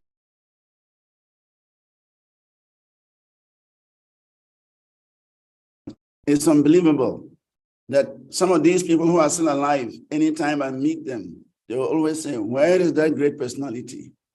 When I tell them that he has passed on, they said the world has lost one of its greatest personalities. It is a fact. We had a program on television, Ghana Broadcasting Corporation Television. It was a special program for diplomats, for distinguished personalities who visited Ghana. A lady was the producer of this program, Gift Auntie. I met this lady and I requested her to give a slot for Bhakti Tirtha Maharaj. And this lady said, sorry, this program is not meant for religious leaders. It is for diplomats, it's for presidents, it's for world leaders. I don't interview religious leaders on this program. I said, Madam, can you give him a try? He's not just an ordinary religious leader. He's a consultant to all these world leaders you're talking about. Please interview him just once, and you decide for yourself the caliber of personality that he is. This lady would not have listened to me. So finally, I said, look, let me tell you something. Let's bet. If you interview Bhakti Tirtha Swami Maharaj and you are not satisfied, I will pay you any amount of money you want. She said, can you give me $10,000? I said, yes. I don't have it, but I can give you $10,000. If you interview Srila Bhakti Tirtha Swami Maharaj and you're not satisfied, I'll give you $10,000. But on your side, if you interview Bhakti Tirtha Maharaj and you love his presentation, you have to promise me that anytime he comes to Ghana, you will interview him. So we signed a deal. And I was very confident that Bhakti Tirtha Maharaj will not fail me because I knew the caliber of personality that he was. So finally, Bhakti Tirtha Maharaj arrived in Ghana. And the program was an early morning program, 5 a.m. in the morning. And when I told Maharaj about the kind of program that it was, Maharaj said, then let us sleep in town. We should find a friend who lives near the broadcasting house. Let us sleep nearby. I don't want to miss that program by a second. I don't want to be late because the temple is a bit outside of Accra. And there's sometimes a lot of traffic on that road. So Maharaj said, find a place in Accra. Let us sleep there. If you cannot find somebody, rent a hotel room. We shall all stay there near the broadcasting and we'll go. That was his strategy, very strategic. So somehow we got one devotee, friend of the temple, and he gave us a beautiful place. We stayed very close to the broadcasting house.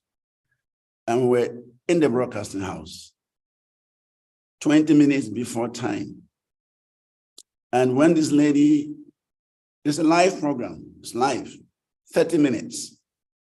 When this lady interviewed Bhakti Tirtha Maharaj, he was mesmerized. She came out of the studio and he said, where from this man? He doesn't belong to this world. I would like to marry him. I would like to marry him. Where does it come from? And Maharaj looked at me and said, Srivas, answer the question. So I told Auntie, give to Auntie, sorry. He is a lifetime monk. He has taken a vow never to get married in this lifetime. So sorry, you cannot have him as your husband. He says, that's so. I said, yes. Then he said, what about becoming a friend to him? Then Maharaj himself answered the question. He said, well, I'm a friend to every living entity in this world. So I accept your friendship. And she was so happy. So I said, give to Auntie, who has won the case? Who has emerged victorious? Is it you or me? And he said, you have won the case. Bhakti Tirtha Maharaj has impressed me. I've never interviewed anybody like this, and I don't think I will ever interview anybody like this. He's just an exceptional person. He's so knowledgeable. Ask him any question from any angle, he will satisfy you. He had a gift of understanding his audience. In fact, I have been with Gurudev on many, many preaching programs, different classes of people, politicians, soldiers, police, prison officers, bankers, insurance companies, pharmacists, doctors, and Bhakti Tirtha Maharaj will always speak their language. He would enter their hearts. He would speak the subject that mattered to them. When he met the police commander of Greater Accra, he started speaking about security. And the police commander, we requested him that, please, you are meeting a very important person, so don't meet him alone, bring all your district commanders together. So about 32 district commanders were called to the head office, and they all came to meet Bhakti Tirtha Maharaj. And he started speaking about security. And before they realized, he has switched the topic from security to spirituality. At the end of his talk, every officer took a book. Every officer took a book. That is the caliber of the personality that we have ever met in this life. He was so gifted. He can understand people's minds. He was so gifted. He can walk into a situation and he will understand what is happening in a situation. He was so gifted that talking to people, he would know what is going on in their minds. And he was so empowered that he carried the spiritual atmosphere with him. In fact, many devotees, including myself, we could always tell that Bhakti Tirtha Maharaj has arrived in the temple by the elevation of consciousness among all the devotees. And we can also tell when he's gone, that height of consciousness comes down. So there are no words to glorify Bhakti Tirtha Swami Maharaj. I don't have the capacity to glorify him. I'm just scratching the top of the cake. But I can say we are all very fortunate. All of us who are disciples, who are friends, well-wishers about Bhakti Tirtha Swami Maharaj, who somehow or the other by some karma, we have crossed his way in this lifetime. It is a great fortune. My only worry is how to carry his legacy forward. As followers, as disciples, we have that duty to carry his legacy forward for generations to come. And that has always been my worry. How do we do this?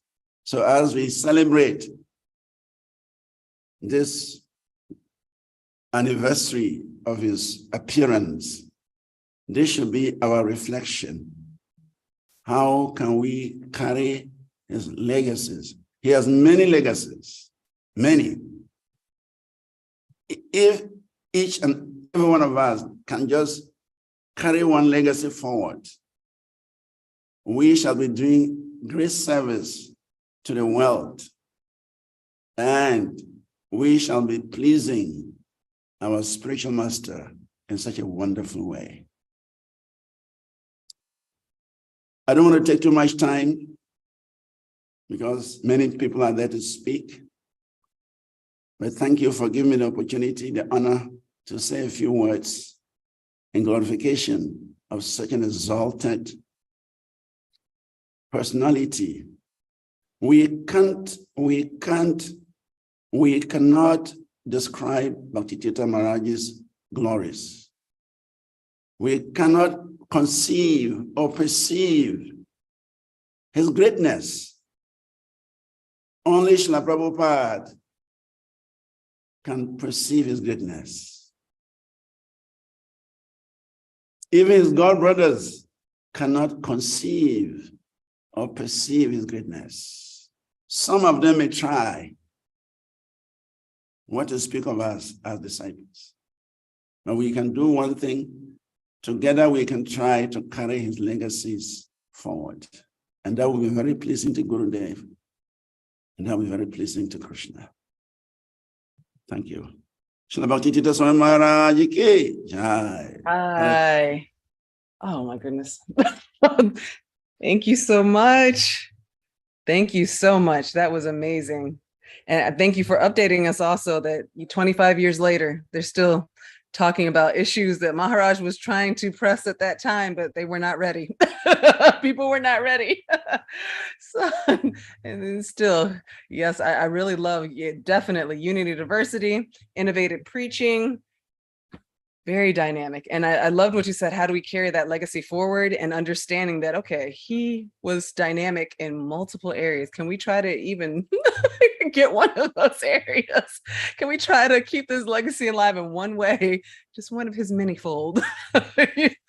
So amazing. Oh my goodness. I love that. I don't think I've heard that pastime about the bet. that was amazing. Oh my gosh, that was awesome. Thank you so much. Thank you very much for everything. And thank you for sharing your words of wisdom and allowing us to remember how amazing Bhakti Tirtha Swami was, and continues to be, and how people continue to miss his spirit and energy and just interviews and the way that he would just mesmerize everyone in a room, on television, through his words. So thank you so much. Okay. All right. So now we are moving into the next session. We are going to have His Grace Nitai Chaitanya to prepare to offer a garland. But first, we're going to invite Madhavacharya to introduce His Holiness Radhanath Swami. So Madhavacharya has led the Institute for Applied Spiritual Technology in DC for many, many years, and has served Bhakti Tirtha Swami in multiple ways since the early 90s, and has led many, many wonderful devotees in guiding them in Guru Day's mood. He was also there during the last days and helping guide and help take care of the health as a doctor, help take care of the health of Bhakti Tirtha Swami. So we would like to make sure that Madhavacharya is here and ready to present the intro. And thank you very much, Nitai Chaitanya, for preparing. All right. Her Grace Mother Vrajalila, perhaps we can have you introduce His Holiness Radhanath Swami if I do not see Madhavacharya in time. I'm gonna wait 10 seconds. All right, so definitely okay. Madhava Prabhu, I know he's here. All right, we're getting it sounds like we're in the matrix for a second. He is here. That's what I saw the screen. We are behind time. If he's here, it would be perfect for him to present. If not, if it's possible, possibly you could present. I think 10 seconds, and we're gonna make this decision. Nonetheless, we are going to have a garland offering from Nitai Chaitanya Prabhu. And just also, we would like to, everyone please pray for Govinda and Atma's mother who passed away this week. So just sending prayers, and this is Govinda from Ghana. They live in America. I'm actually at their house right now. But just please send prayers and blessings. And then also would like to let everyone here is praying for Radhanath Swami's father, who is currently facing some health challenges. And so all devotees are praying for you, Maharaj. All right, is Madhavacharya here and available? If not, Mother Rajalila, I highly appreciate your assistance in this matter. Hari. Haribol. There he is. Madhava Prabhu. Thank we you. agreed on this. Good. All right. Thank you so much. Hare Krishna. Hare Krishna, please accept my humble obeisances. I want to thank our host, Krishna Shakti, and thank Raja Leela for the honor and privilege of introducing His Holiness Radhanath Swami. Thank you. Maharaj Radhanath Swami, he's one of the most well-known personalities in all of ISKCON. But there's so many projects that he led or inspired or have come into existence through his vision. It's beyond the scope of my ability to name all of those projects now, and we don't have that type of time. However, I just will mention a few. Of course, there's Radha Gopinath Mandir in Chowpatty. the Bhaktivedanta Hospital in Mumbai, the Barshana Eye Camp, the Food for Life program in Mumbai, which feeds hundreds of thousands of people every day, and the internationally recognized UN awarded 𝐤𝐢𝐳 Eco Village, the beautiful 𝐤𝐢𝐳 Eco Village. Actually, we were just there a few weeks ago. But for Bhakti Tirtha Swami disciples, he's, I would say, most famous for and most beloved, and we've installed him on the altar of our heart for the beautiful, for his integral role in the beautiful pastime of the disappearance of Bhakti Tirtha Swami, our guru, the 8 weeks in 𝐃𝐚𝐦𝐢. It's well beyond my capacity, my adhikar, to describe that transcendental bond of love that he and Guru share. However, I can say that there is vivid evidence of that ongoing relationship today, and how Radhanath Swami gives such shelter and attentive love to Bhakti Tirtha Swami disciples. Just this past weekend was another wonderful example of that. We've spoken a little bit about the monumental program at Princeton University honoring Bhakti Tirtha Swami. So before the program even started, Radhanath Swami had written this very potent letter, which was read just prior to the beginning of the evening, which really set the tone for the discussions and activities for the conversations that followed. And Maharaj Radhanath Swami watched the whole evening on it was being live streamed, and then he communicated with us afterwards how pleased he was with it and encouraged us. And then the next day, there was the presentation of the stone, the inscripted stone in the historic cathedral at Princeton. And before we all left for that event, Radhanath Swami called Venkata Bhatta's house and spent time on the phone with every single person who had come in support of that program. Once again, giving them, his blessings and loving support. So it was just a wonderful example of his continued how he tries to support us, encourage us, and offer his loving shelter for us. And so Maharaj, we are eternally grateful for that. There's nothing that we can do to repay you other than offer you our love, which we humbly do. And as always, we're very eager to hear from you. So without further ado, I present His Holiness Radhanath Swami. Jai, and we're going to have His Grace Nitai Chaitanya offer a garland. Hare Krishna Maharaj, please accept my humble obeisances and denote pranam. Please accept this Mahagalin of Srila Prabhupada from Sri Sri Radha Bharke Bihari Temple, Nairobi, Kenya. Oh.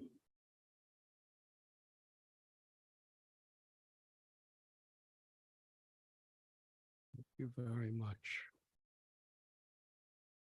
Actually, I'm allergic to flowers. That's why I always take the garlands off soon after I receive them. But today was the easiest garland I ever received. Thank you very much. Om Agyan Timirandasya Gyananjana Chalakaya Chakshurun Militam Yena Tasmai Sri Gurube Namaha Vanchakalpatarubhyascha Kripa Sindhubhya Evacha Patitanam Bhavanibhyo Vaishnavebhyo Namo Namaha. Sri Krishna Chaitanya Prabhu Nityananda Sri Advaita Gadadhar Shivasari Gaura Bhaktavinda Hare Krishna Krishna Krishna Hare Hare Hare Rama Rama Rama Hare Hare.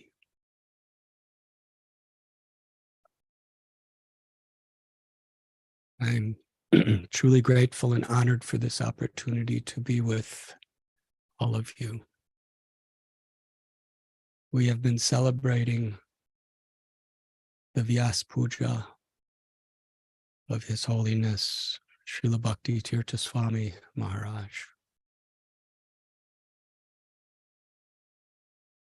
Vyasa Puja is a day where we honor the representative of Vyasadeva within our parampara.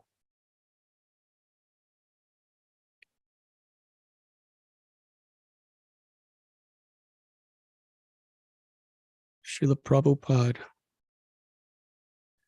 by his example, by his words, he led us in the real spirit of the ceremony of Vyasa Puja to meditate, to contemplate, to emulate gratitude for our spiritual master, to share with one another our gratitude to our spiritual master, and to inspire more and more gratitude for our spiritual master. As our founder, Acharya Srila Prabhupada, he showed us how the essence of such gratitude is to surrender one's life and soul to following the instructions of the spiritual master.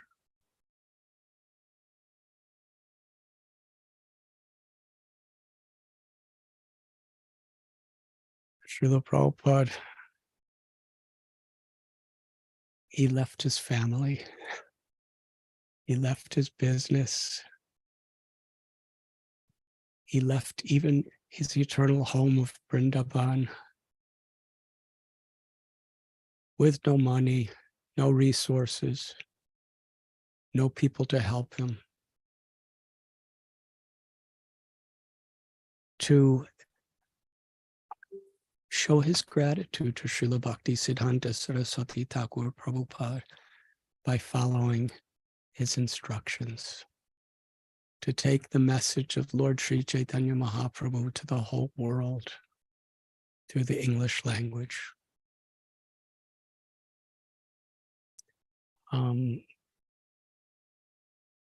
The surrender that Srila Prabhupada exhibited against impossible odds, sailing 38 days on the Jaladuta despite seasickness, heart attacks.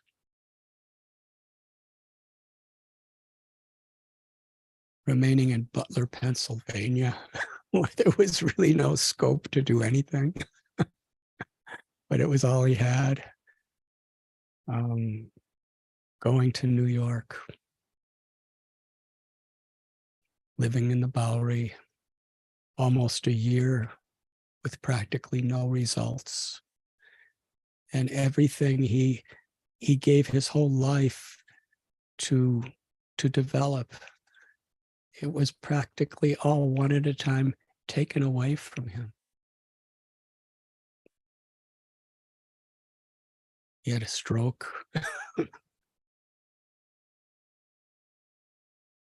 Such a spirit of surrender and gratitude is actually the formula of being empowered with true compassion.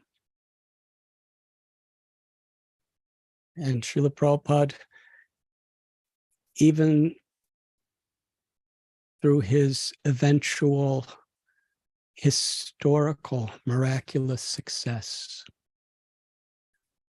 he never took credit for anything. He gave all credit to his spiritual master in gratitude, and gave all credit to his disciples in gratitude. His Holiness Bhakti Tirtha Swami Maharaj truly embodied this spirit of surrendering one's life and soul to to following the instructions of the spiritual master with gratitude.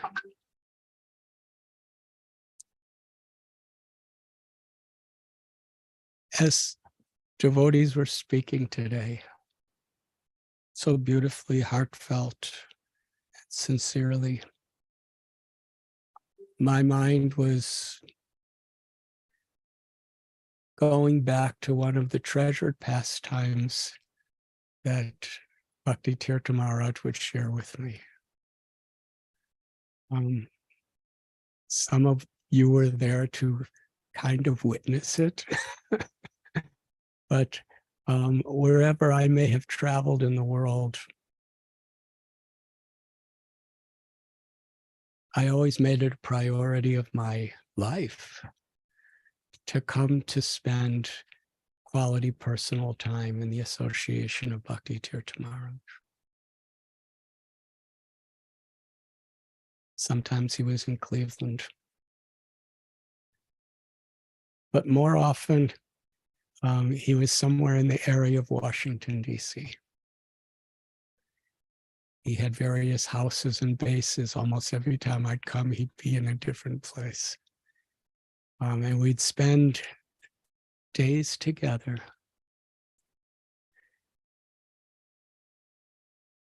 And one of the favorite things that he would do is he would lead me to natural places to walk. I remember there was a creek. It was kind of behind homes, and it was a very quiet area. And sometimes for several hours after the morning program up until lunch prasad, we would just walk along the creek back and forth and speak. And during those talks,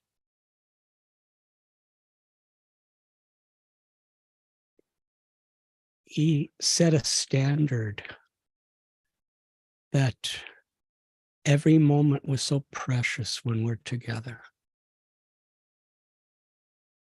There was never gossip. There was never wasted words. There was never mundane topics. It was always sincere, very, very heartfelt offerings to Srila Prabhupada.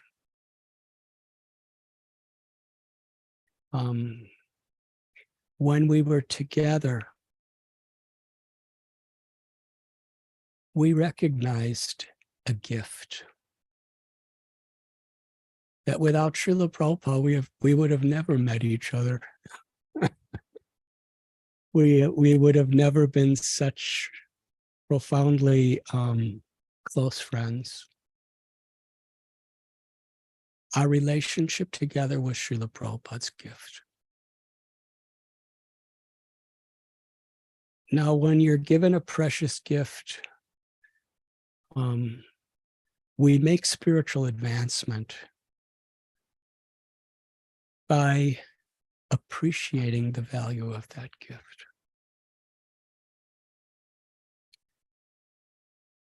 So our moments together was our offering to Srila Prabhupada. The words we spoke, sometimes affectionate, sometimes in that affection there may have been, profound exploration of philosophy. Sometimes arguing different perspectives. Very often discussing problems as opportunities to surrender to Srila Prabhupada to solve the problems. One of the qualities that he shared with me, which I'd like to share with you today, was how he was so grateful for all the gifts that he had received. And he wanted to offer all the gifts that Krishna gave him in the service of Srila Prabhupada. His wonderful example is he viewed everything in his life as a gift. And he would express this to me.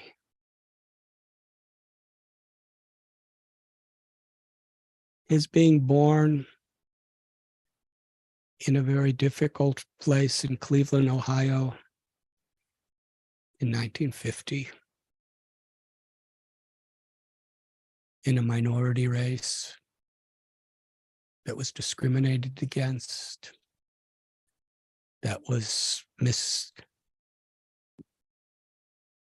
misused by the majority of the society, directly or indirectly.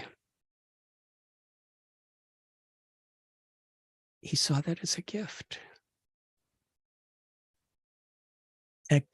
in which he could utilize that to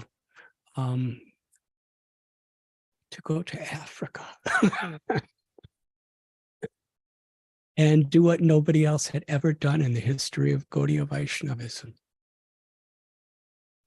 Previously, Srila Prabhupada actually directly sent some of his senior, most empowered disciples to Africa. But very little could be done. But when His Holiness Bhakti Tirtha Maharaj went to Africa, he created a spiritual revolution. We've heard it today from Anantacharya Prabhu and Srivas Prabhu and others. He started communities, schools, countries that had never been touched by Krishna consciousness. The elite, the government leaders, the villagers. He was ordained an African chief of a tribe. He was sitting beside Nelson Mandela, the most empowered, respected leader of the world.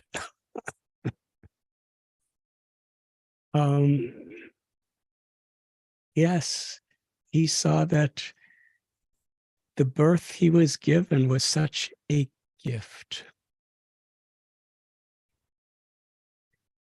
Bhakti Tirtha Maharaj had extraordinary gifts. He was a genius. He had a truly empowered intellect, tremendous charisma.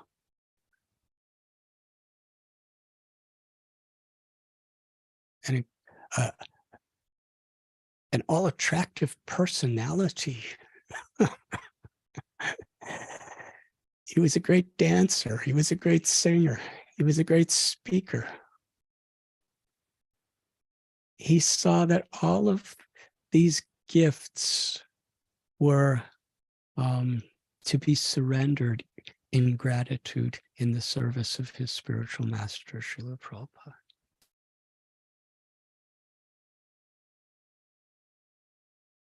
When we would see him giving these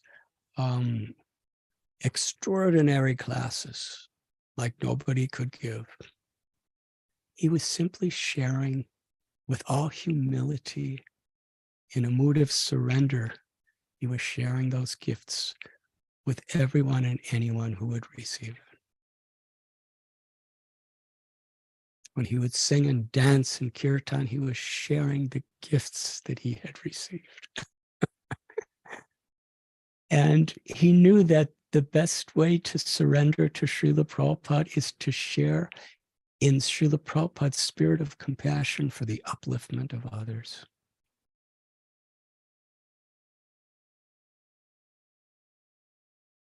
Now, Bhakti Tirtha Maharaj, he would not allow himself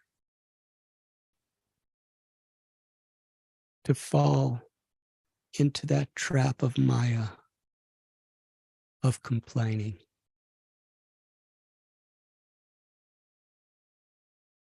Even when he was discriminated against, or even when so many odds were against him within the ISKCON movement in many ways, he also learned to see that as a gift that he could use to feel more empathy and compassion and make a difference.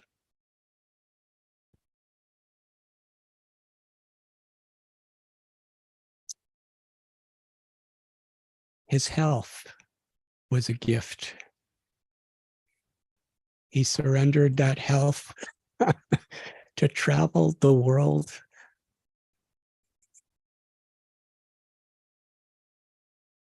in extraordinary ways.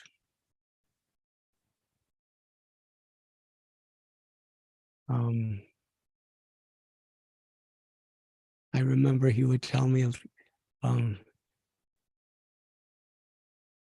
how much he appreciated the opportunity, the gift of trying to start different preaching projects in the inner cities of America. And to whatever degree in quantity it may have been successful or not, wasn't really what was important. He was giving his entire life to make it a gift to Srila Prabhupada and Krishna. The dangers, the challenges that he had in Africa to give so many people Krishna consciousness came at great costs. How grateful he was to do that. When he was in Eastern Europe, risking his life at practically every moment of every day to distribute Srila Prabhupada's books like nobody had ever done before. He saw those dangers as a gift. And with gratitude, he surrendered those gifts to Srila Prabhupada. You see, he's teaching us that in whatever situation, if we learn to be grateful, to see the gift of that situation, however pleasant or unpleasant, wanted or unwanted it may be, unless we can do that, we can't really surrender it as in devotional service.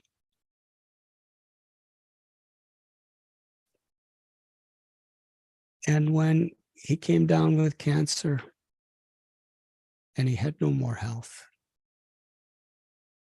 he was dying, he accepted that as a gift.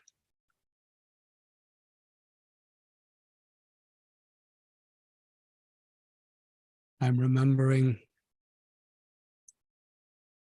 during that time at Gita-nagari when we were together,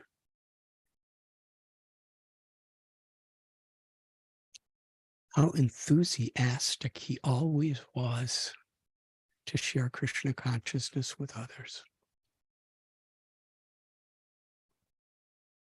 Her Grace Rukmini Devi has so beautifully described Bhakti Tirtha Swami Maharaj's fearless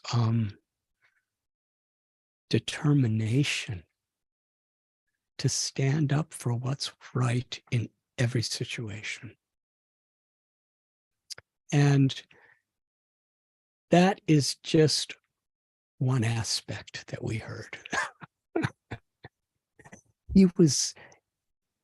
He would be searching for such opportunities. And in this world, in Kali Yuga, they're everywhere.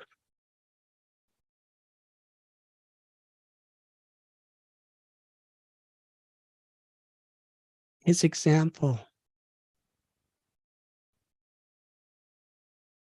was not just for the time and circumstance of what he was dealing with. He was very much aware that in all of these situations, he was establishing an example for future generations.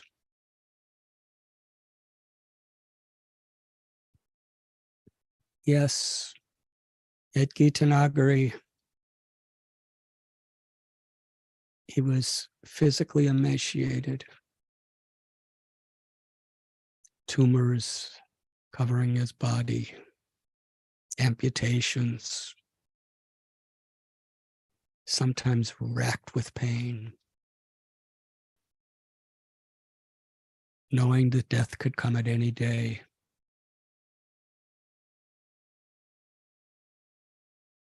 And yet with glistening eyes filled with gratitude, he would share with me, I wouldn't change my position for anyone else in the world. Because this is the gift that Krishna has given me to share Krishna consciousness in this very unique way I could have never done any other time with my disciples, with our movement, and with the world.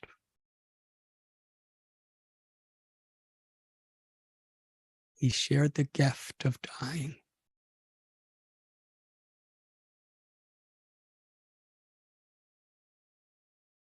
That is surrender.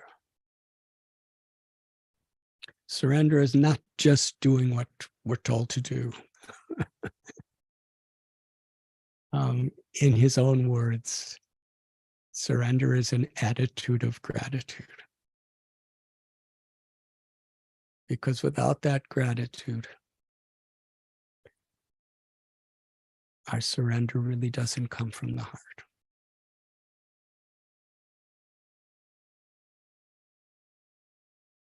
We are living in difficult times. And according to the Srimad Bhagavatam, as Kali Yuga proceeds, the times are going to be more difficult. Why should we expect anything different? And therefore, Srila Bhakti Tirtha Swami Maharaj's life and legacy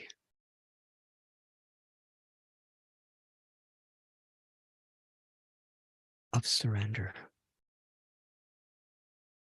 recognizing every situation of the past, present, and future of our lives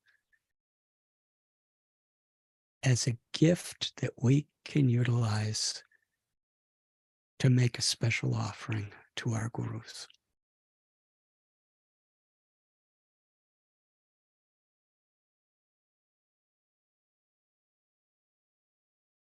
Not to complain,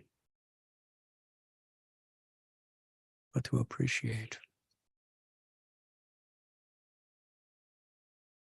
He was an activist who stood up for the truth.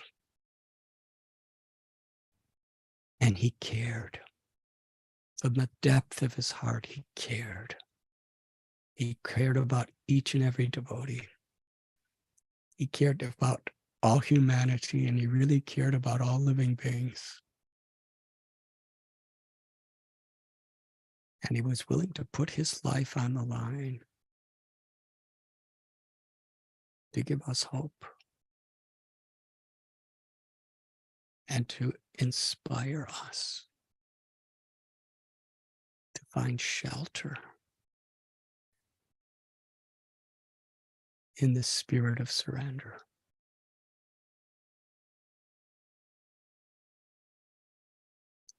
As we walked along that creek, we laughed, we cried,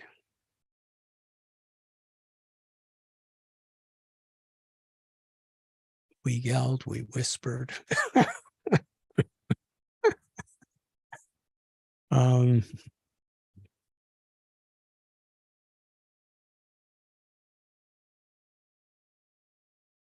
the best days of my life.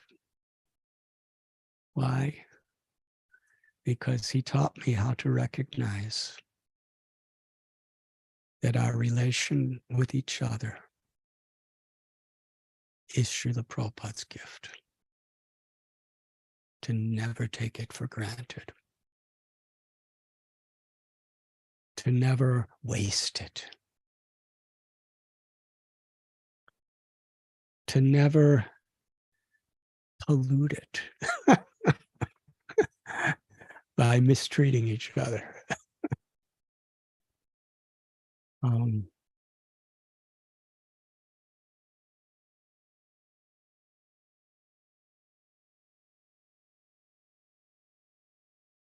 When Srila Prabhupada said we can show our love for each other by how we cooperate, in order to do that, we need to truly understand the spirit of Lord Chaitanya and Lord Nityananda's message of surrender.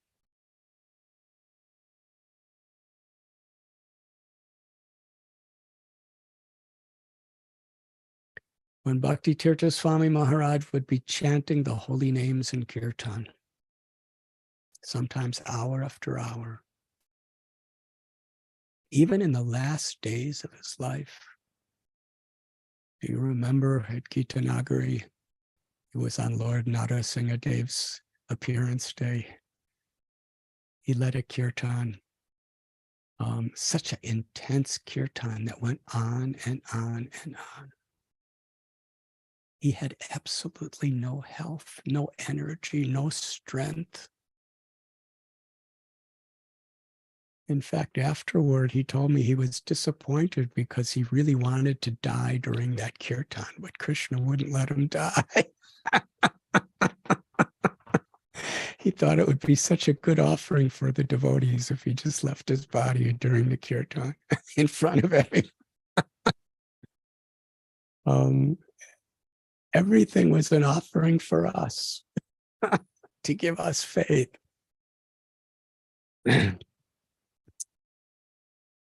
But that enthusiasm, that taste for the holy name was not something that could be enacted. It was a natural, spontaneous expression of his love for Srila Prabhupada, his gratitude to Srila Prabhupada, and his love for each and every one of you, his disciples, to show us the beauty of surrender.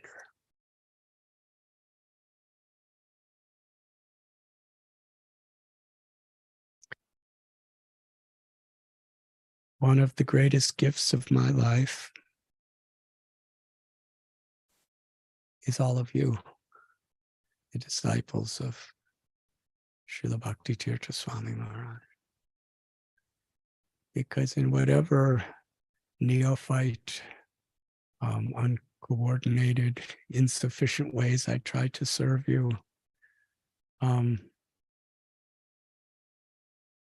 I could receive his mercy and blessings in trying to do so.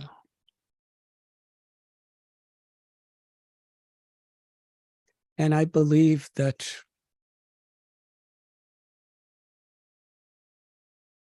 in sharing the gifts that he gave to me, which are precious treasures in my life, with all of you,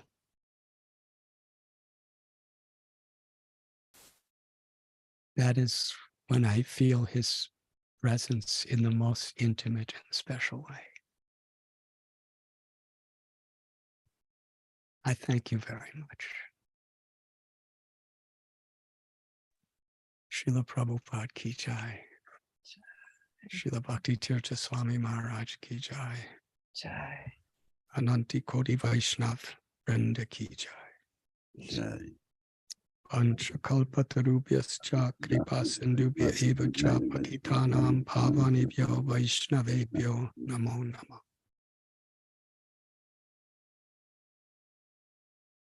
Thank you so much for that beautiful, beautiful offering. I love hearing these pastimes by the river and how it was one of your most special days, and to hear all the emotions that you went through, and just realizing Prabhupada's mercy and being able to experience that with Maharaj. It's just so beautiful. Thank you so much for taking us down memory lane, and also present, because he's still present within us, and we're always receiving his gifts in different ways. It was not a lane, it was a memory riverbank. You're right. Exactly. Got to get in the right mindset. Exactly. Definitely. Oh my goodness. Yes. The importance of following the spiritual master's instructions, how, starting with Prabhupada and how he followed in his guru's steps, and, just basically thinking about the qualities and gifts of compassion and upliftment, and how he just used his life as a way to serve and use all of his potential qualities, everything in Krishna's service, to uplift humanity and give us hope, and to continue to show us to try to use our gifts to also inspire others as well. And then also to remember that no matter what the situation, whether it's pleasurable or unpleasurable, we have to understand that this is there and there to help us learn, help us grow, help us continue to flourish in Krishna consciousness, or try to flourish. And Krishna Shakti of Devi, if I could add one thing. Please do. I'm so grateful to Venkatabhata Prabhu for coordinating that wonderful event at Princeton University. But Bhakti Tirtha Maharaj, how many people from the inner city of Cleveland, Ohio, could rise to Princeton University?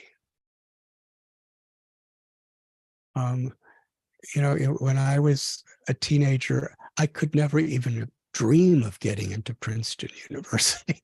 It was never even a thought.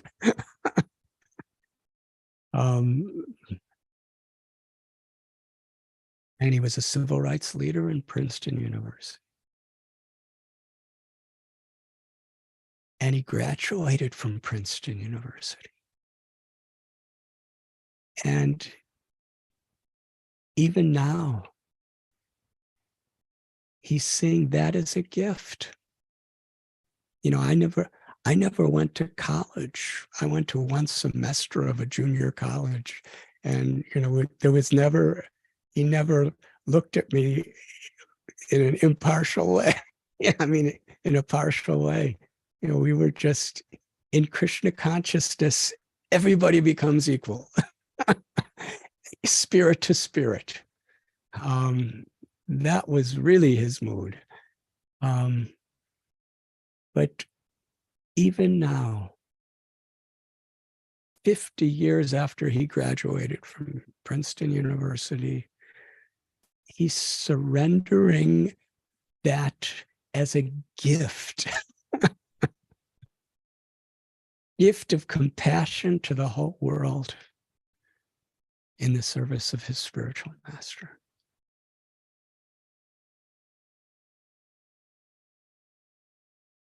He wasn't proud that I'm a graduate of an Ivy League school. He humbly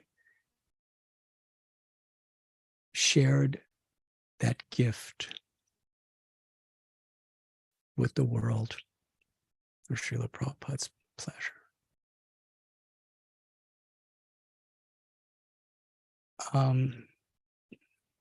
This spirit is what he has given as a gift to all of you. Please appreciate it. Share it with one another, and together share it with the world.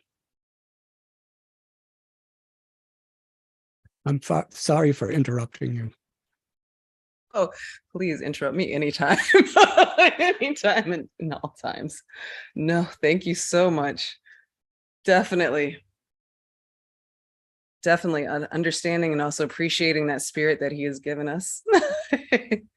Thank you so much for sharing and just giving us mercy. And also thank you for reminding me of the important event that took place yesterday that was very monumental, and just to think about that and just to see how his gifts are continuing to gift others and continuing to give. Definitely. So I just want to thank you so much. And if there are any last words that you would like to share, your gift that also continues to give, continue to keep on giving just by your presence. And I love hearing how you feel like you're getting the blessings of serving us from Maharaj. So we feel the same way. So it's just amazing. So if there's anything else you would like to share with us. Thank you. Thank you very much. Thank you. Thank you very much. His Holiness Radhanath Swami Ki Jai. His Holiness Bhakti Tirtha Swami Ki Jai. His Holiness Srila Prabhupada Ki Jai. All right, so I think His Holiness Radhanath Swami did summarize everything. I'm not going to try to repeat anything else, but we have had an amazing, amazing day. Now we are going to move into the quiz section and the results of the quiz. The quizzes. All right. All right, so question number 1, first place is Madhusudana Vishnu Das, Natalia, and then Bino. Question number 2, Madhusudana Vishnu Das. Okay, I see you're dominating this category. Number 1, Mahasuna. Okay, number 2, second place, Antadweep Das. Third place, Aditya Raj. Question number 3, Parikshit Das. First place, second place is Nitai Chaitanya Das, and third place is Shalagram Sheila. Congratulations. All right. So we have had an amazing day, amazing weekend in celebrating His Holiness Bhakti Tirtha Swami's Vyasa Puja. And I just want to thank the organizers for this wonderful presentation, wonderful offering. And I want to thank the devotees from all over the world who have participated in organizing, setting up, sharing, creating these beautiful videos, asking questions, creating offerings in many different ways, offering cakes, to just offering their love in different ways. I want to thank the God brothers and sisters of Bhakti Tirtha Swami who have been present here today and yesterday, that are sharing their words of wisdom, care, and just illustrating how visionary Bhakti Tirtha Swami continues to be and how his legacy continues to live on. I feel like that Princeton dedication ceremony yesterday was amazing and one of the examples. And I definitely see this happening in many different places and spaces around the world. And our God family, thank you for God brothers and God sisters that have also shared, God disciples and grand disciples of His Holiness Bhakti Tirtha Swami and Srila Prabhupada. Thank you all for participating, contributing, and sharing. I think that this has been an amazing event, and I'm very much full of gratitude for everything. And please forgive me for all my offenses. And I think we're going to have one closing slide to thank everyone properly. But thank you once again, and may we all continue to do as Radhanath Swami Maharaj is saying, to continue to understand that we have the spirit of Bhakti Tirtha Swami, whether you're reading his books, whether it be through Diksha, Shiksha, whichever way, but may we continue to share these gifts with everyone and anyone that we meet in order to truly offer ourselves to Krishna and Guru in this lifetime. So just take from all these precious gems. And I think we all should watch these videos that have been created again, because this is very inspiring. Gurudev would love love seeing how we are continuing to work together to cooperate, and how we need to continue to magnify this in different ways across the globe, because we know that everything that we're doing is impacting not only this planet, but other planets in the universe, and that we are here to continue to uplift the consciousness of the planet, and we must continue to do so today and onward. So thank you all so much for being here. Thank you all so much for your presence. Jai Bhakti Tirtha Swami ki jai. His Holiness Srila Prabhupada ki jai. All the assembled Vaishnav devotees ki jai. All right, I'm not sure if this is.